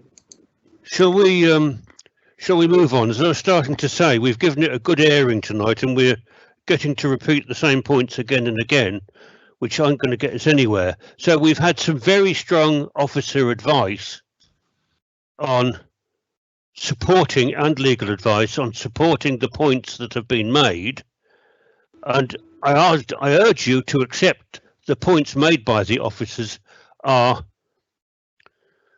extremely good. I can see members are unhappy about certain things, but I think the points and the report itself makes some good points. I say again that we must now have a proposal with reasons that are acceptable. So Dudley, back to you again, please. Chair, could Ian just explain where the property is that he was referring to on these pictures?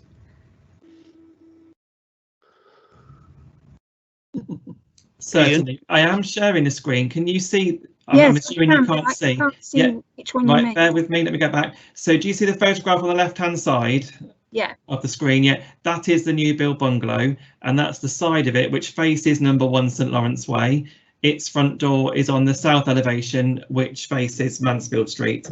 This photograph is taken from St Lawrence Way, the junction, and then if you see where my cursor is, that's Mansfield Street just there. Thank you, Ian. Okay. That's cleared that one.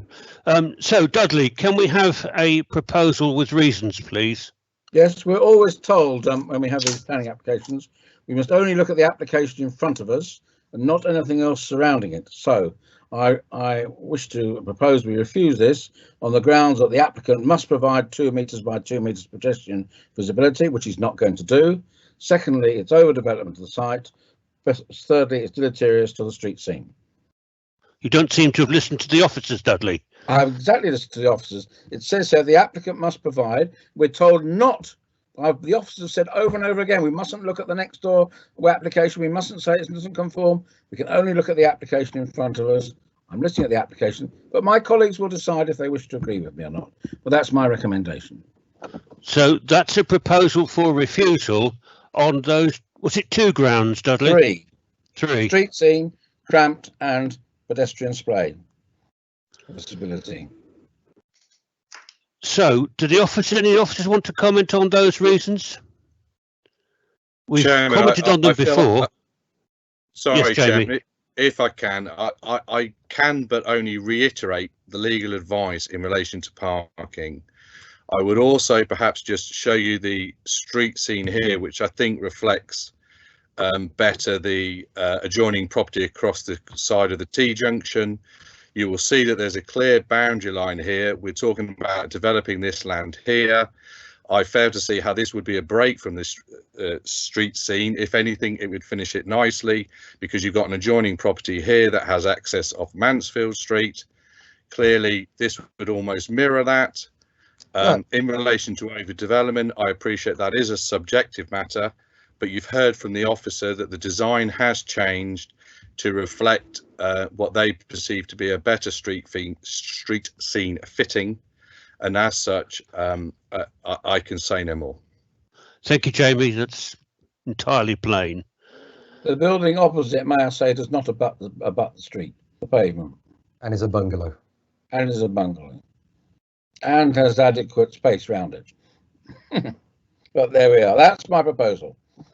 Right, so we better get to firstly a seconder for that. Yeah, Chairman, on the basis that highways are very clear that we need this and safety, I have no choice. I will happily second this. Okay, so it's proposed and seconded that we refuse the application on the 3 grounds as identified by Councillor Hughes. We'd go to a vote, please. Those in favour of that proposal, please say aye. Aye. Aye. Those against that proposal, please say nay. Nay. Nay. That sounds like 2 people on nay. Any abstentions? Yes. 1. Councillor Jackson. Chairman, can we confirm again the people that said no? I just wasn't clear how many it was. I wasn't clear on the voices. So those who Yeah, said so- no, Sorry, Chairman, can I suggest Sorry, you do a Chairman, recorded could I- vote could on I this? ask for a vote on this, please? Yeah. It's Can officers ask for a recorded vote? I thought it was councillors asked for a recorded vote, and 3 of them had to do it. Sorry, just legal for officer is clarity asking and for a legal vote when the Constitution states when it's not clear on the yeas and nays, clarification can be asked for a vote. I'm asking the chairman to consider that point because I don't think it was overly I understand, clear. and I am. Do That's why think I'm not saying this- anything. You are right that we ought to have this. We haven't got to this stage, but I think there's a few. So I think the easy way out of this is to do what we've done before and go round everyone and ask for their vote individually. So, yay or nay against the proposition, and we go first on the list. Just a second.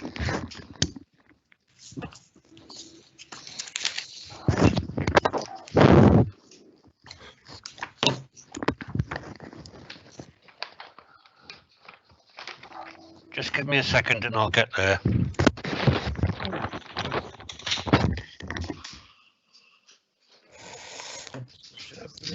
Could Charlie not lead on this one? I'm happy to, but I don't think the chairman can hear me now. So, the first, There we go. the first on the list is Councillor Hughes, but you're proposing it, aren't you? Yes. And then Councillor Burt Jackson. I've abstained. You've abstained. Correct. And Barbara Jenny's not with us. Lance Jones is not with us. Councillor Andy Mercer. I can't vote for this because I can't see us possibly winning an appeal. So I have to vote against. I don't think we've got a choice. Yeah. I'm kind to agree with you. Councillor Jill Mercer. Equally, I actually abstained earlier, but I think I'm going to vote against them because I agree with what the other councillor Mercer said. Make a speech. Thank you. Councillor Harriet Pentland, are you with us? Councillor Pentland's not here this evening, She's Chairman. not here. Thank you. Councillor Jeff Shatlock. I'm afraid I'm nay as well. Councillor Alex Smith. I'm a nay on this one, Chair. Councillor Peter Thomas. For. Councillor Robin Underwood. Nay. Councillor Peter Watson. Yes. 4. And Councillor Lee Wilkes. 4. Charlie, can you add those up? Chairman, I make that to be a split vote for the motion and 4 against the motion to refuse the application. Therefore, I have Sorry, the... Chairman. Sorry, Chairman. I don't. I make that. Don't you? Was it not 5 against 4, and 1 abstention? 1, 2, 3. I may have misheard if there was a glitch. So apologies if I've got that wrong. Got 1 against. 1, 2, 3, 4. I've got 4 and 4. Okay. But 4 and 4 and 1. That's fine. Technically. Are you both in agreement with that it's a split vote? If I can just jump in, I noted it down as people were responding, and I agree with Jamie that there was 5. Okay. Right. Well, I then can vote one way or the other when there's a split like this, and I vote nay. So that proposal's not carried. Do we have another proposal from anyone? Chair, I will propose that we grant in that case. Thank you. Can I have a seconder for that?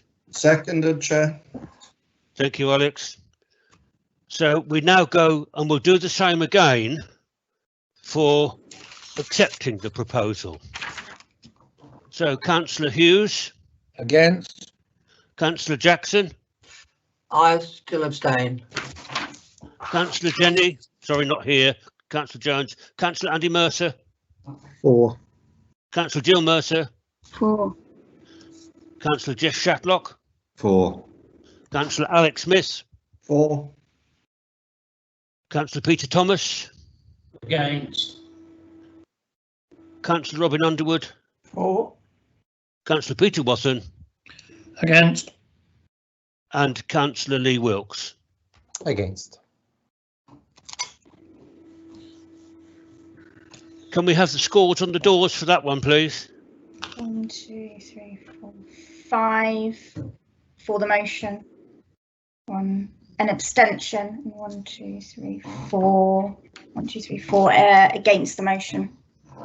So the motion is carried to accept the application. Thank you, troops. That was a long one, wasn't it? And we're getting on for past again. So we'll go back to the second application, 1654, Titchmarsh, and we lost Wayne in the, and he's back now with us, Wayne. Yes, So can you yes. introduce it again, please? Yes, I we will. did Yeah. talk I about think, it whilst you weren't there, but then yeah. come Okay, back what and I'll give do us, this time, I think give so. us I'll the do my introduction. speech and then I'll have a go at the presentation second, because I think I was trying to do too many things at once last time. So do the speech first and then show the picture of the building afterwards. Come on then. Come on then. Yeah. So essentially this application relates to one of the buildings that originally formed part of the application to convert the farmyard it is located in to business use, which was approved at committee last July. It was taken out of that application before it was determined, as it was proposed to remain in agricultural use. The owner has now found an operator for a small car parts business who would be interested in leasing the building, and so this application has been made to allow for this. It is proposed that the use would just involve bringing in and shipping out of car parts with associated storage and office facilities to go with it. It involves the unit directly in front of you when you come into the site, and I'll attempt to show you the photograph in a minute of that. There'll be 4 parking spaces in front of the unit, 2 either side of the door. 3 would be for employees, and 1 would be for a van that would be bringing in the parts and taking them out again. It is considered to be a relatively low-key use, which could be secured by a planning condition, and so the application is recommended for approval. I'll just add to that condition 3 that we've put in the report is quite tightly restricts the use clearly to just the storage and distribution use for a car parts business. I think the question was raised about possibilities of retail use associated with the site and more vehicles coming in and out associated with that.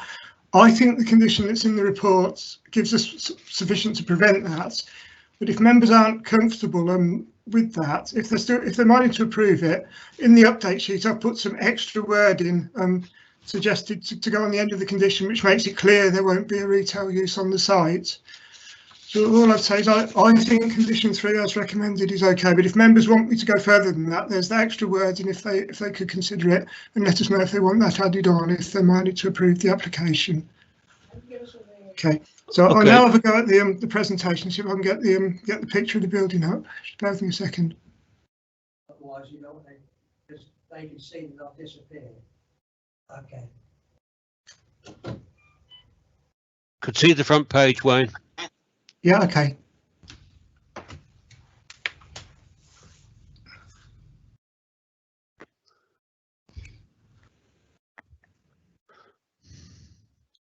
Okay, so there's a photo of the building. So this is taken from the gates as you go into the overall site, and it's the building that's dead in front of you, the one with the closed shutter. So as you can see, there's space for a couple of parking spaces either side of that door, and then people can go in and out of the door. In terms of where it is on the site, it's the piece in red on there. It's got the units either side of it. There's another farmyard to the north, which you can see is confusingly also called Newbrook Farm. That separates this site from Titchmarsh Village, and I think the nearest house in Titchmarsh Village is about 180 metres from this unit, and so the rest of the site around it was already approved for business use, apart from one other unit that's going to remain in agriculture use. So that's really all I can say. Recommend approval, really. As you say, it's very sort of hemmed in by the rest of the site, so in a way that'll control it quite a lot in terms of what goes on there. And I think that in condition 3, which restricts the use to this small parts business, storage and distribution, is sufficient to mean it's not going to have a major impact on the surroundings. Thank you.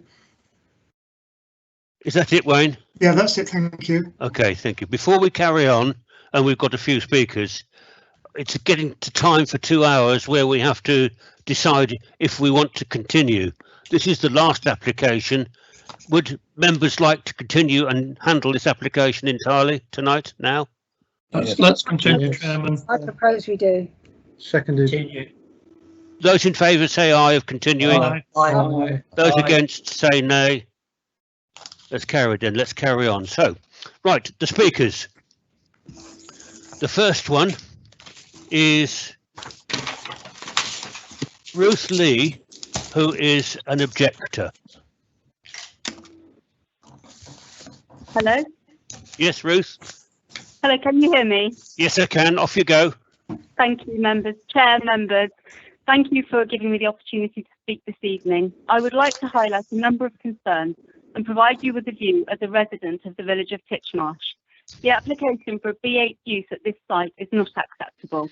I note your officer's comments in his report regarding the fallback position, which of course still requires proper assessment of traffic, highway and amenity impacts. I am concerned about planning creep at this site.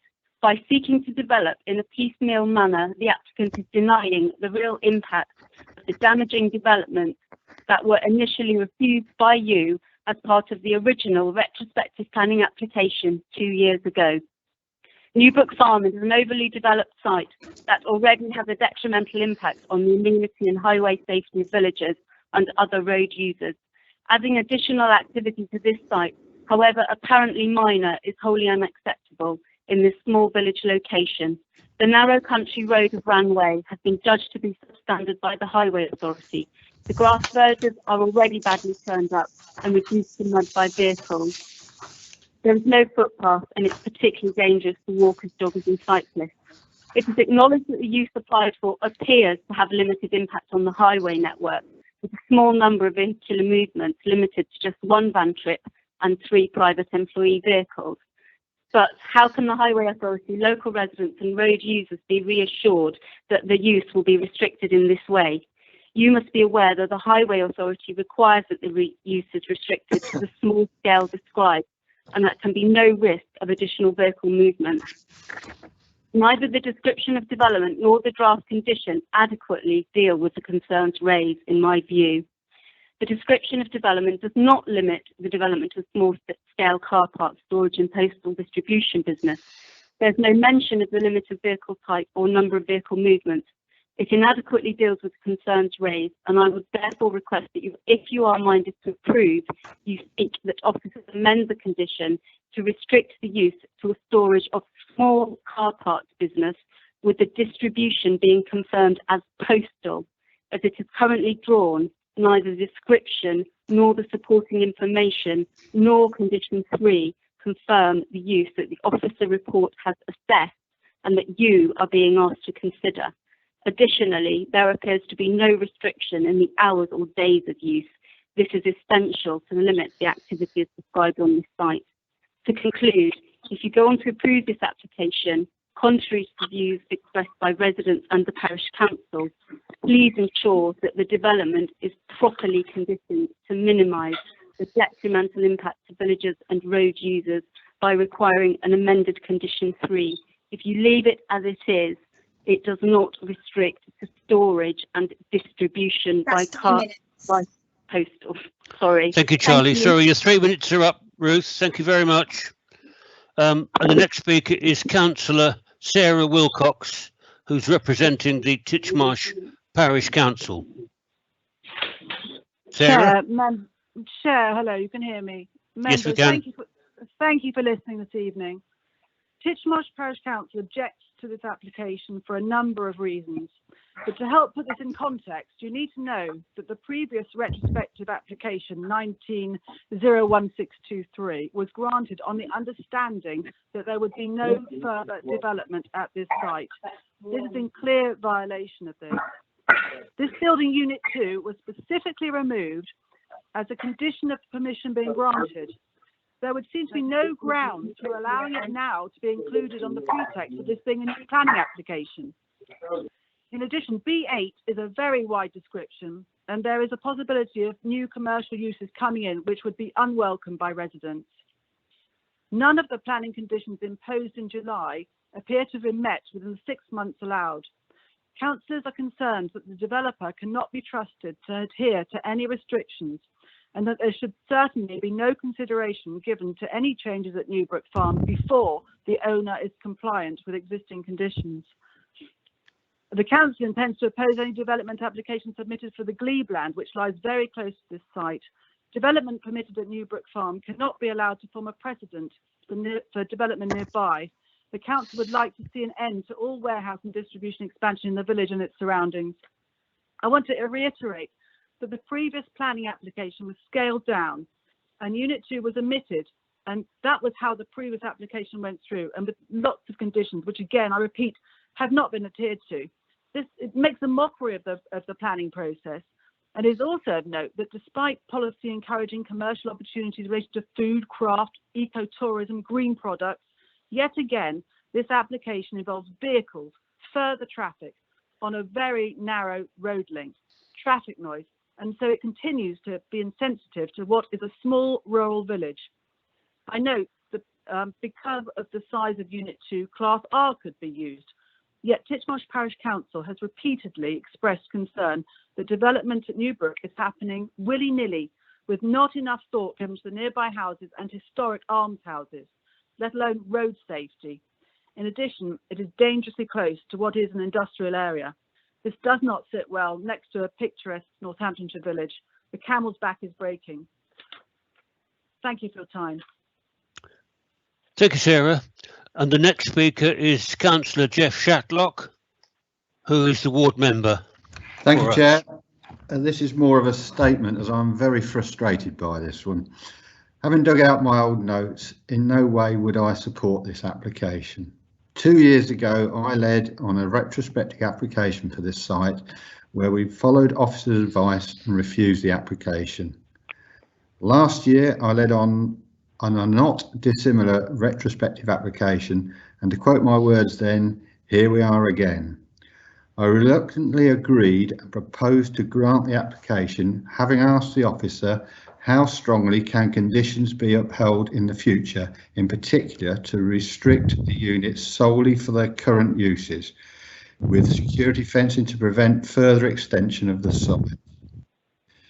This particular unit was kept outside that application to remain in agriculture, which is why I asked about the restrictions solely to current uses and was satisfied that was the end of the matter.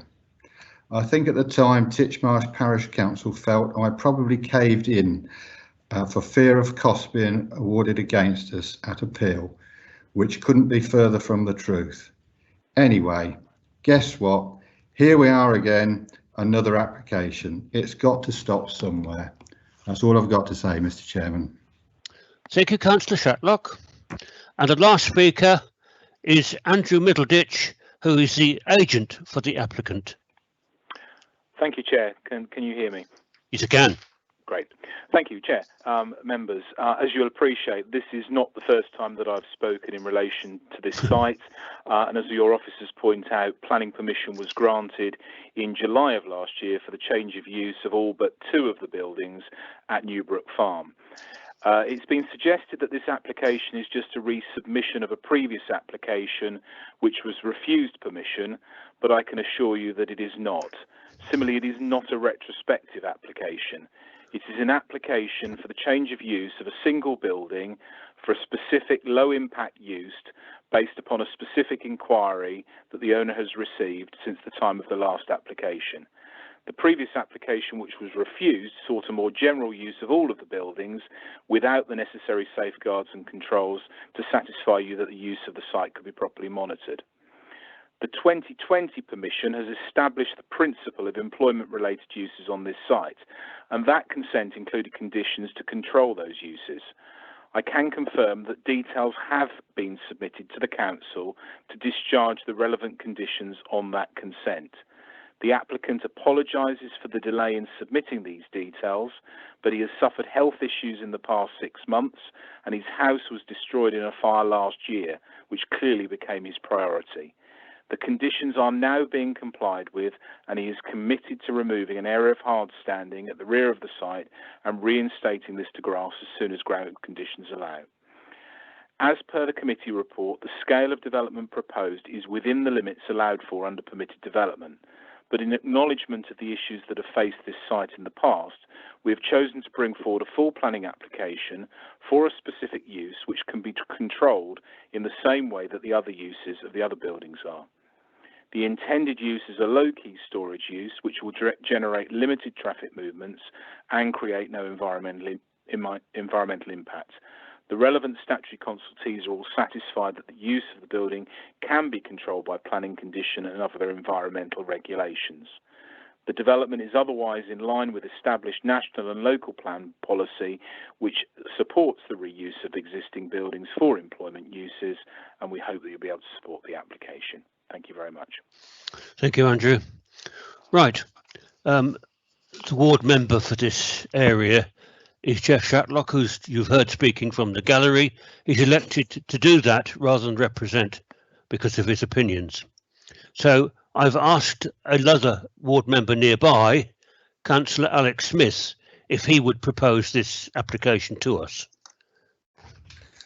Thank you, Chair. I've listened to the speakers, read through the application.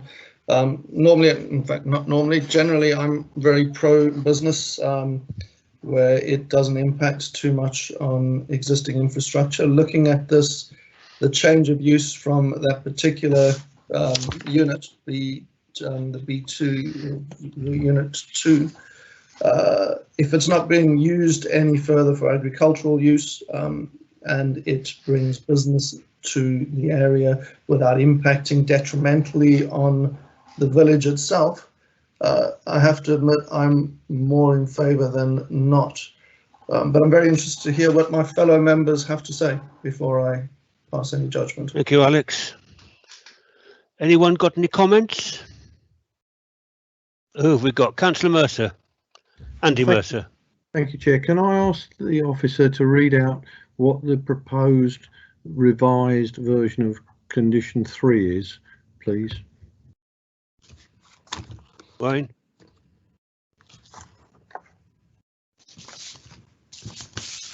Yes, I mean, it's essentially condition 3, as in the report, with just some extra wording on the end, saying no direct retail sales should take place from the site. Andy, okay. Well, I was just going to say, can the legal officer give us an opinion as to how strong that condition is and whether it's enforceable? Jamie. Thank you, Chairman. As you'll appreciate, with any condition, it has to meet the 6 tests. I would suggest that this does do so in relation to the reasons that the officer has given. As with any condition, it is a matter of having to enforce it should it become aware to the local planning authority that it is being breached. That's probably all I can say on conditions.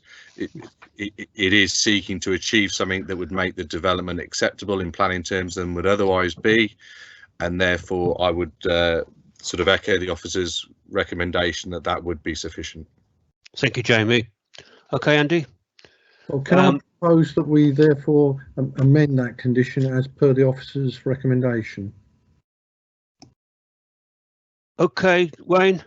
Yeah, fine, thank you. Yeah. Okay, that's that one done.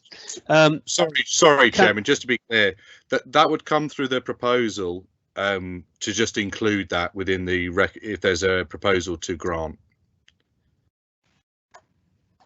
Yeah. Okay. Councillor Jill Mercer. Thank you, Chair.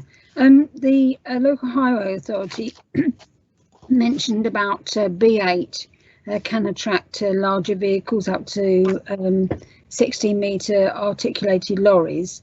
I just wondered, first of all, if the officers are convinced that that condition would stop such vehicles being used.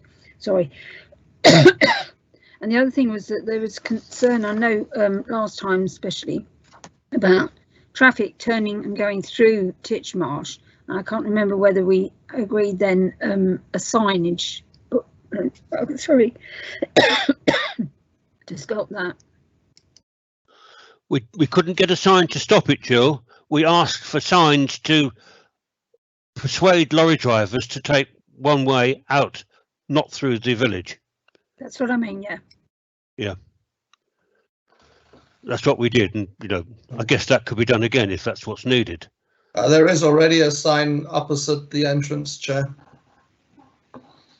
There are signs there, but I think we wanted something a bit more relevant to making lorries go right at the entrance. I think Chair, that's it does say all HG vehicles turn right. I'm looking at it now on Street View.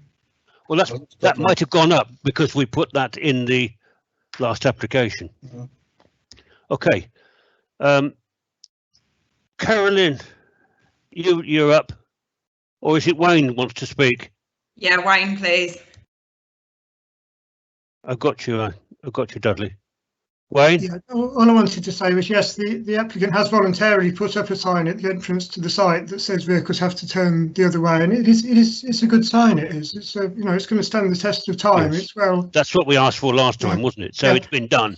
Good. Yeah, we Good to didn't. hear. Yeah, he's voluntarily done it. The other thing I would say about possibility of HGVs visiting the site, I mean, my view of this is the unit is where it's located and how much land's associated with it will control what happens with it. There's so much limited space in front of this unit. I think that's what's going to keep it as a low key. I can't guarantee there won't be a HGV coming every now and then, but if it does, it's going to have to go into the rest of the site amongst the other vehicles, and compared to the number of other vehicles that use it, it's going to be very low key. Thank you, Wayne. Dudley? Once we give permission for this for a B8, doesn't that mean it could be used for almost anything? Because it's all very well saying he's got someone who wants to have car bits in there, but B8 is a wide descriptor from my limited knowledge about this matters. And I remember before giving permission to an agricultural building many years ago, and it turned out then to be a much bigger enterprise about 3 years later. Yeah, I mean, our conditions developing the B8 further and specifically saying it should only be for a car parts business. So it's tying it down to that. Excuse me, but with all due respect, in 2 or 3 years' time, when the car parts business is gone bust or whatever, they'll come back and say, oh, we want to use it for this, this, or this, and it'll be very difficult then to turn it down, having already got permission for B8 use. Okay. Anyone else want to comment? Councillor Lee Wilkes. Thank you, Chairman. Just a quick question. So clearly residents, local parish council are concerned about the development of this, and one of their big issues seems to be the concern about traffic going through the village. There is a sign there, as Councillor Smith said, that said all HGV vehicles must turn right to try and stop them going through the village. What success rate have we had? Is there a traffic plan, or is there any statistics, any data? Do we know if are people ignoring the sign or following the sign, or do they work? Wayne? I'm not aware of any complaints recently of lorries going through the village, no. And all I'll say with this is, it is going to be low key. If vans and cars go through the village, that's different. It'll be an occasional HGV that may or may not come to the site. That's all I'd say. Okay. I don't have any more names wishing to speak. Could I just please, Chairman? Who's that? Peter Watson, yes. Yes, please. Thank you very much, Chairman. Just a quick question. The sign inside the properties saying to the HGVs to turn right, can that be conditioned so that I know it's there now, but to stop it ever being taken down? Peter, you have the same thought, I gather, or the looks of it. Anyway, can it be conditioned? Well, we asked the Highway Authority about this with the last application, and they didn't think it was necessary to have such a sign. It's the applicant has voluntarily put it up. But nevertheless, can we actually condition that? And I'm very pleased that the applicant has done that voluntarily. I think probably what you're asking is, can we condition that it stays there? Yes. Yeah, I mean, the Highway Authority they've not asked for it, so I'm going with the highway advice, and I don't actually think it's necessary because of the levels of traffic. But Wayne, surely if it's there and we feel it's serving a useful purpose, can we not just say we expect it to stay there within a condition? Can we put it as an informative if we condition it? I think Jamie wants to speak. Yes, perhaps if I can just come in again. As you'll appreciate, with the conditions, they have to meet the 6 tests. As Wayne has said, really, the advice on the highway aspect hasn't requested or required this due to the level of the traffic flowing. Obviously, the applicant themselves seems very willing to be accommodating to try and obviously make the development sit well within the local community. And I would suggest, I think, as Councillor Wathen just said near the end of his comments, that informative would be appropriate, but I would suggest against a condition. Okay, thank you, Jamie. That's fine. Can you do that, Wayne, an informative? Yes, happy to do that, no problem. Okay. Thank you. Councillor Andy Mercer. Thank you, Chair. When an applicant has voluntarily done something that we wanted, but which cannot be conditioned, it's sometimes made a unilateral undertaking. Is that possible in this case? Chairman, if I may. Jamie, yes. Thank you. A unilateral undertaking is normally proposed and agreed through the Section 106 obligation process, where it's obviously a one-sided enforceable promise. That's technically required if it is required to make the planning application acceptable than would otherwise be. In this instance, we're not asking for it, so we couldn't ask them to in effect legally promise that they would leave it there. Obviously it's open for the applicant if they wish to formalise that position, but I'd have to say it's not something we could ask for, and I would suggest really to reiterate that the informative would be appropriate. Thank you, Jamie. So, as you were, Wayne, get that informative in. Councillor Thomas had his hand up, Chair. Yes, Councillor Thomas. Yes, just a few words, please, Mr. Chairman. Just to say that I think the application is a good one, as it brings employment to the area. Thank you. Okay, fine. Councillor Andy Mercer, you've spoken, have you, or do you want to speak again? I've spoken, thank you, Chair.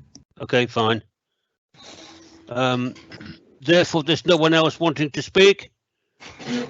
Therefore, we'll go back to Alex for a proposal. Thank you, Chair. I'll keep it short and brief for a change. Goes against the grain for these meetings. I'm going to propose we grant the subject to the 2 conditions we've discussed, namely the additional words as detailed in the committee updates, which will read, no direct retail sales shall take place from this site, and the informative on the sign which already exists, putting the informative on that sign should stay in place.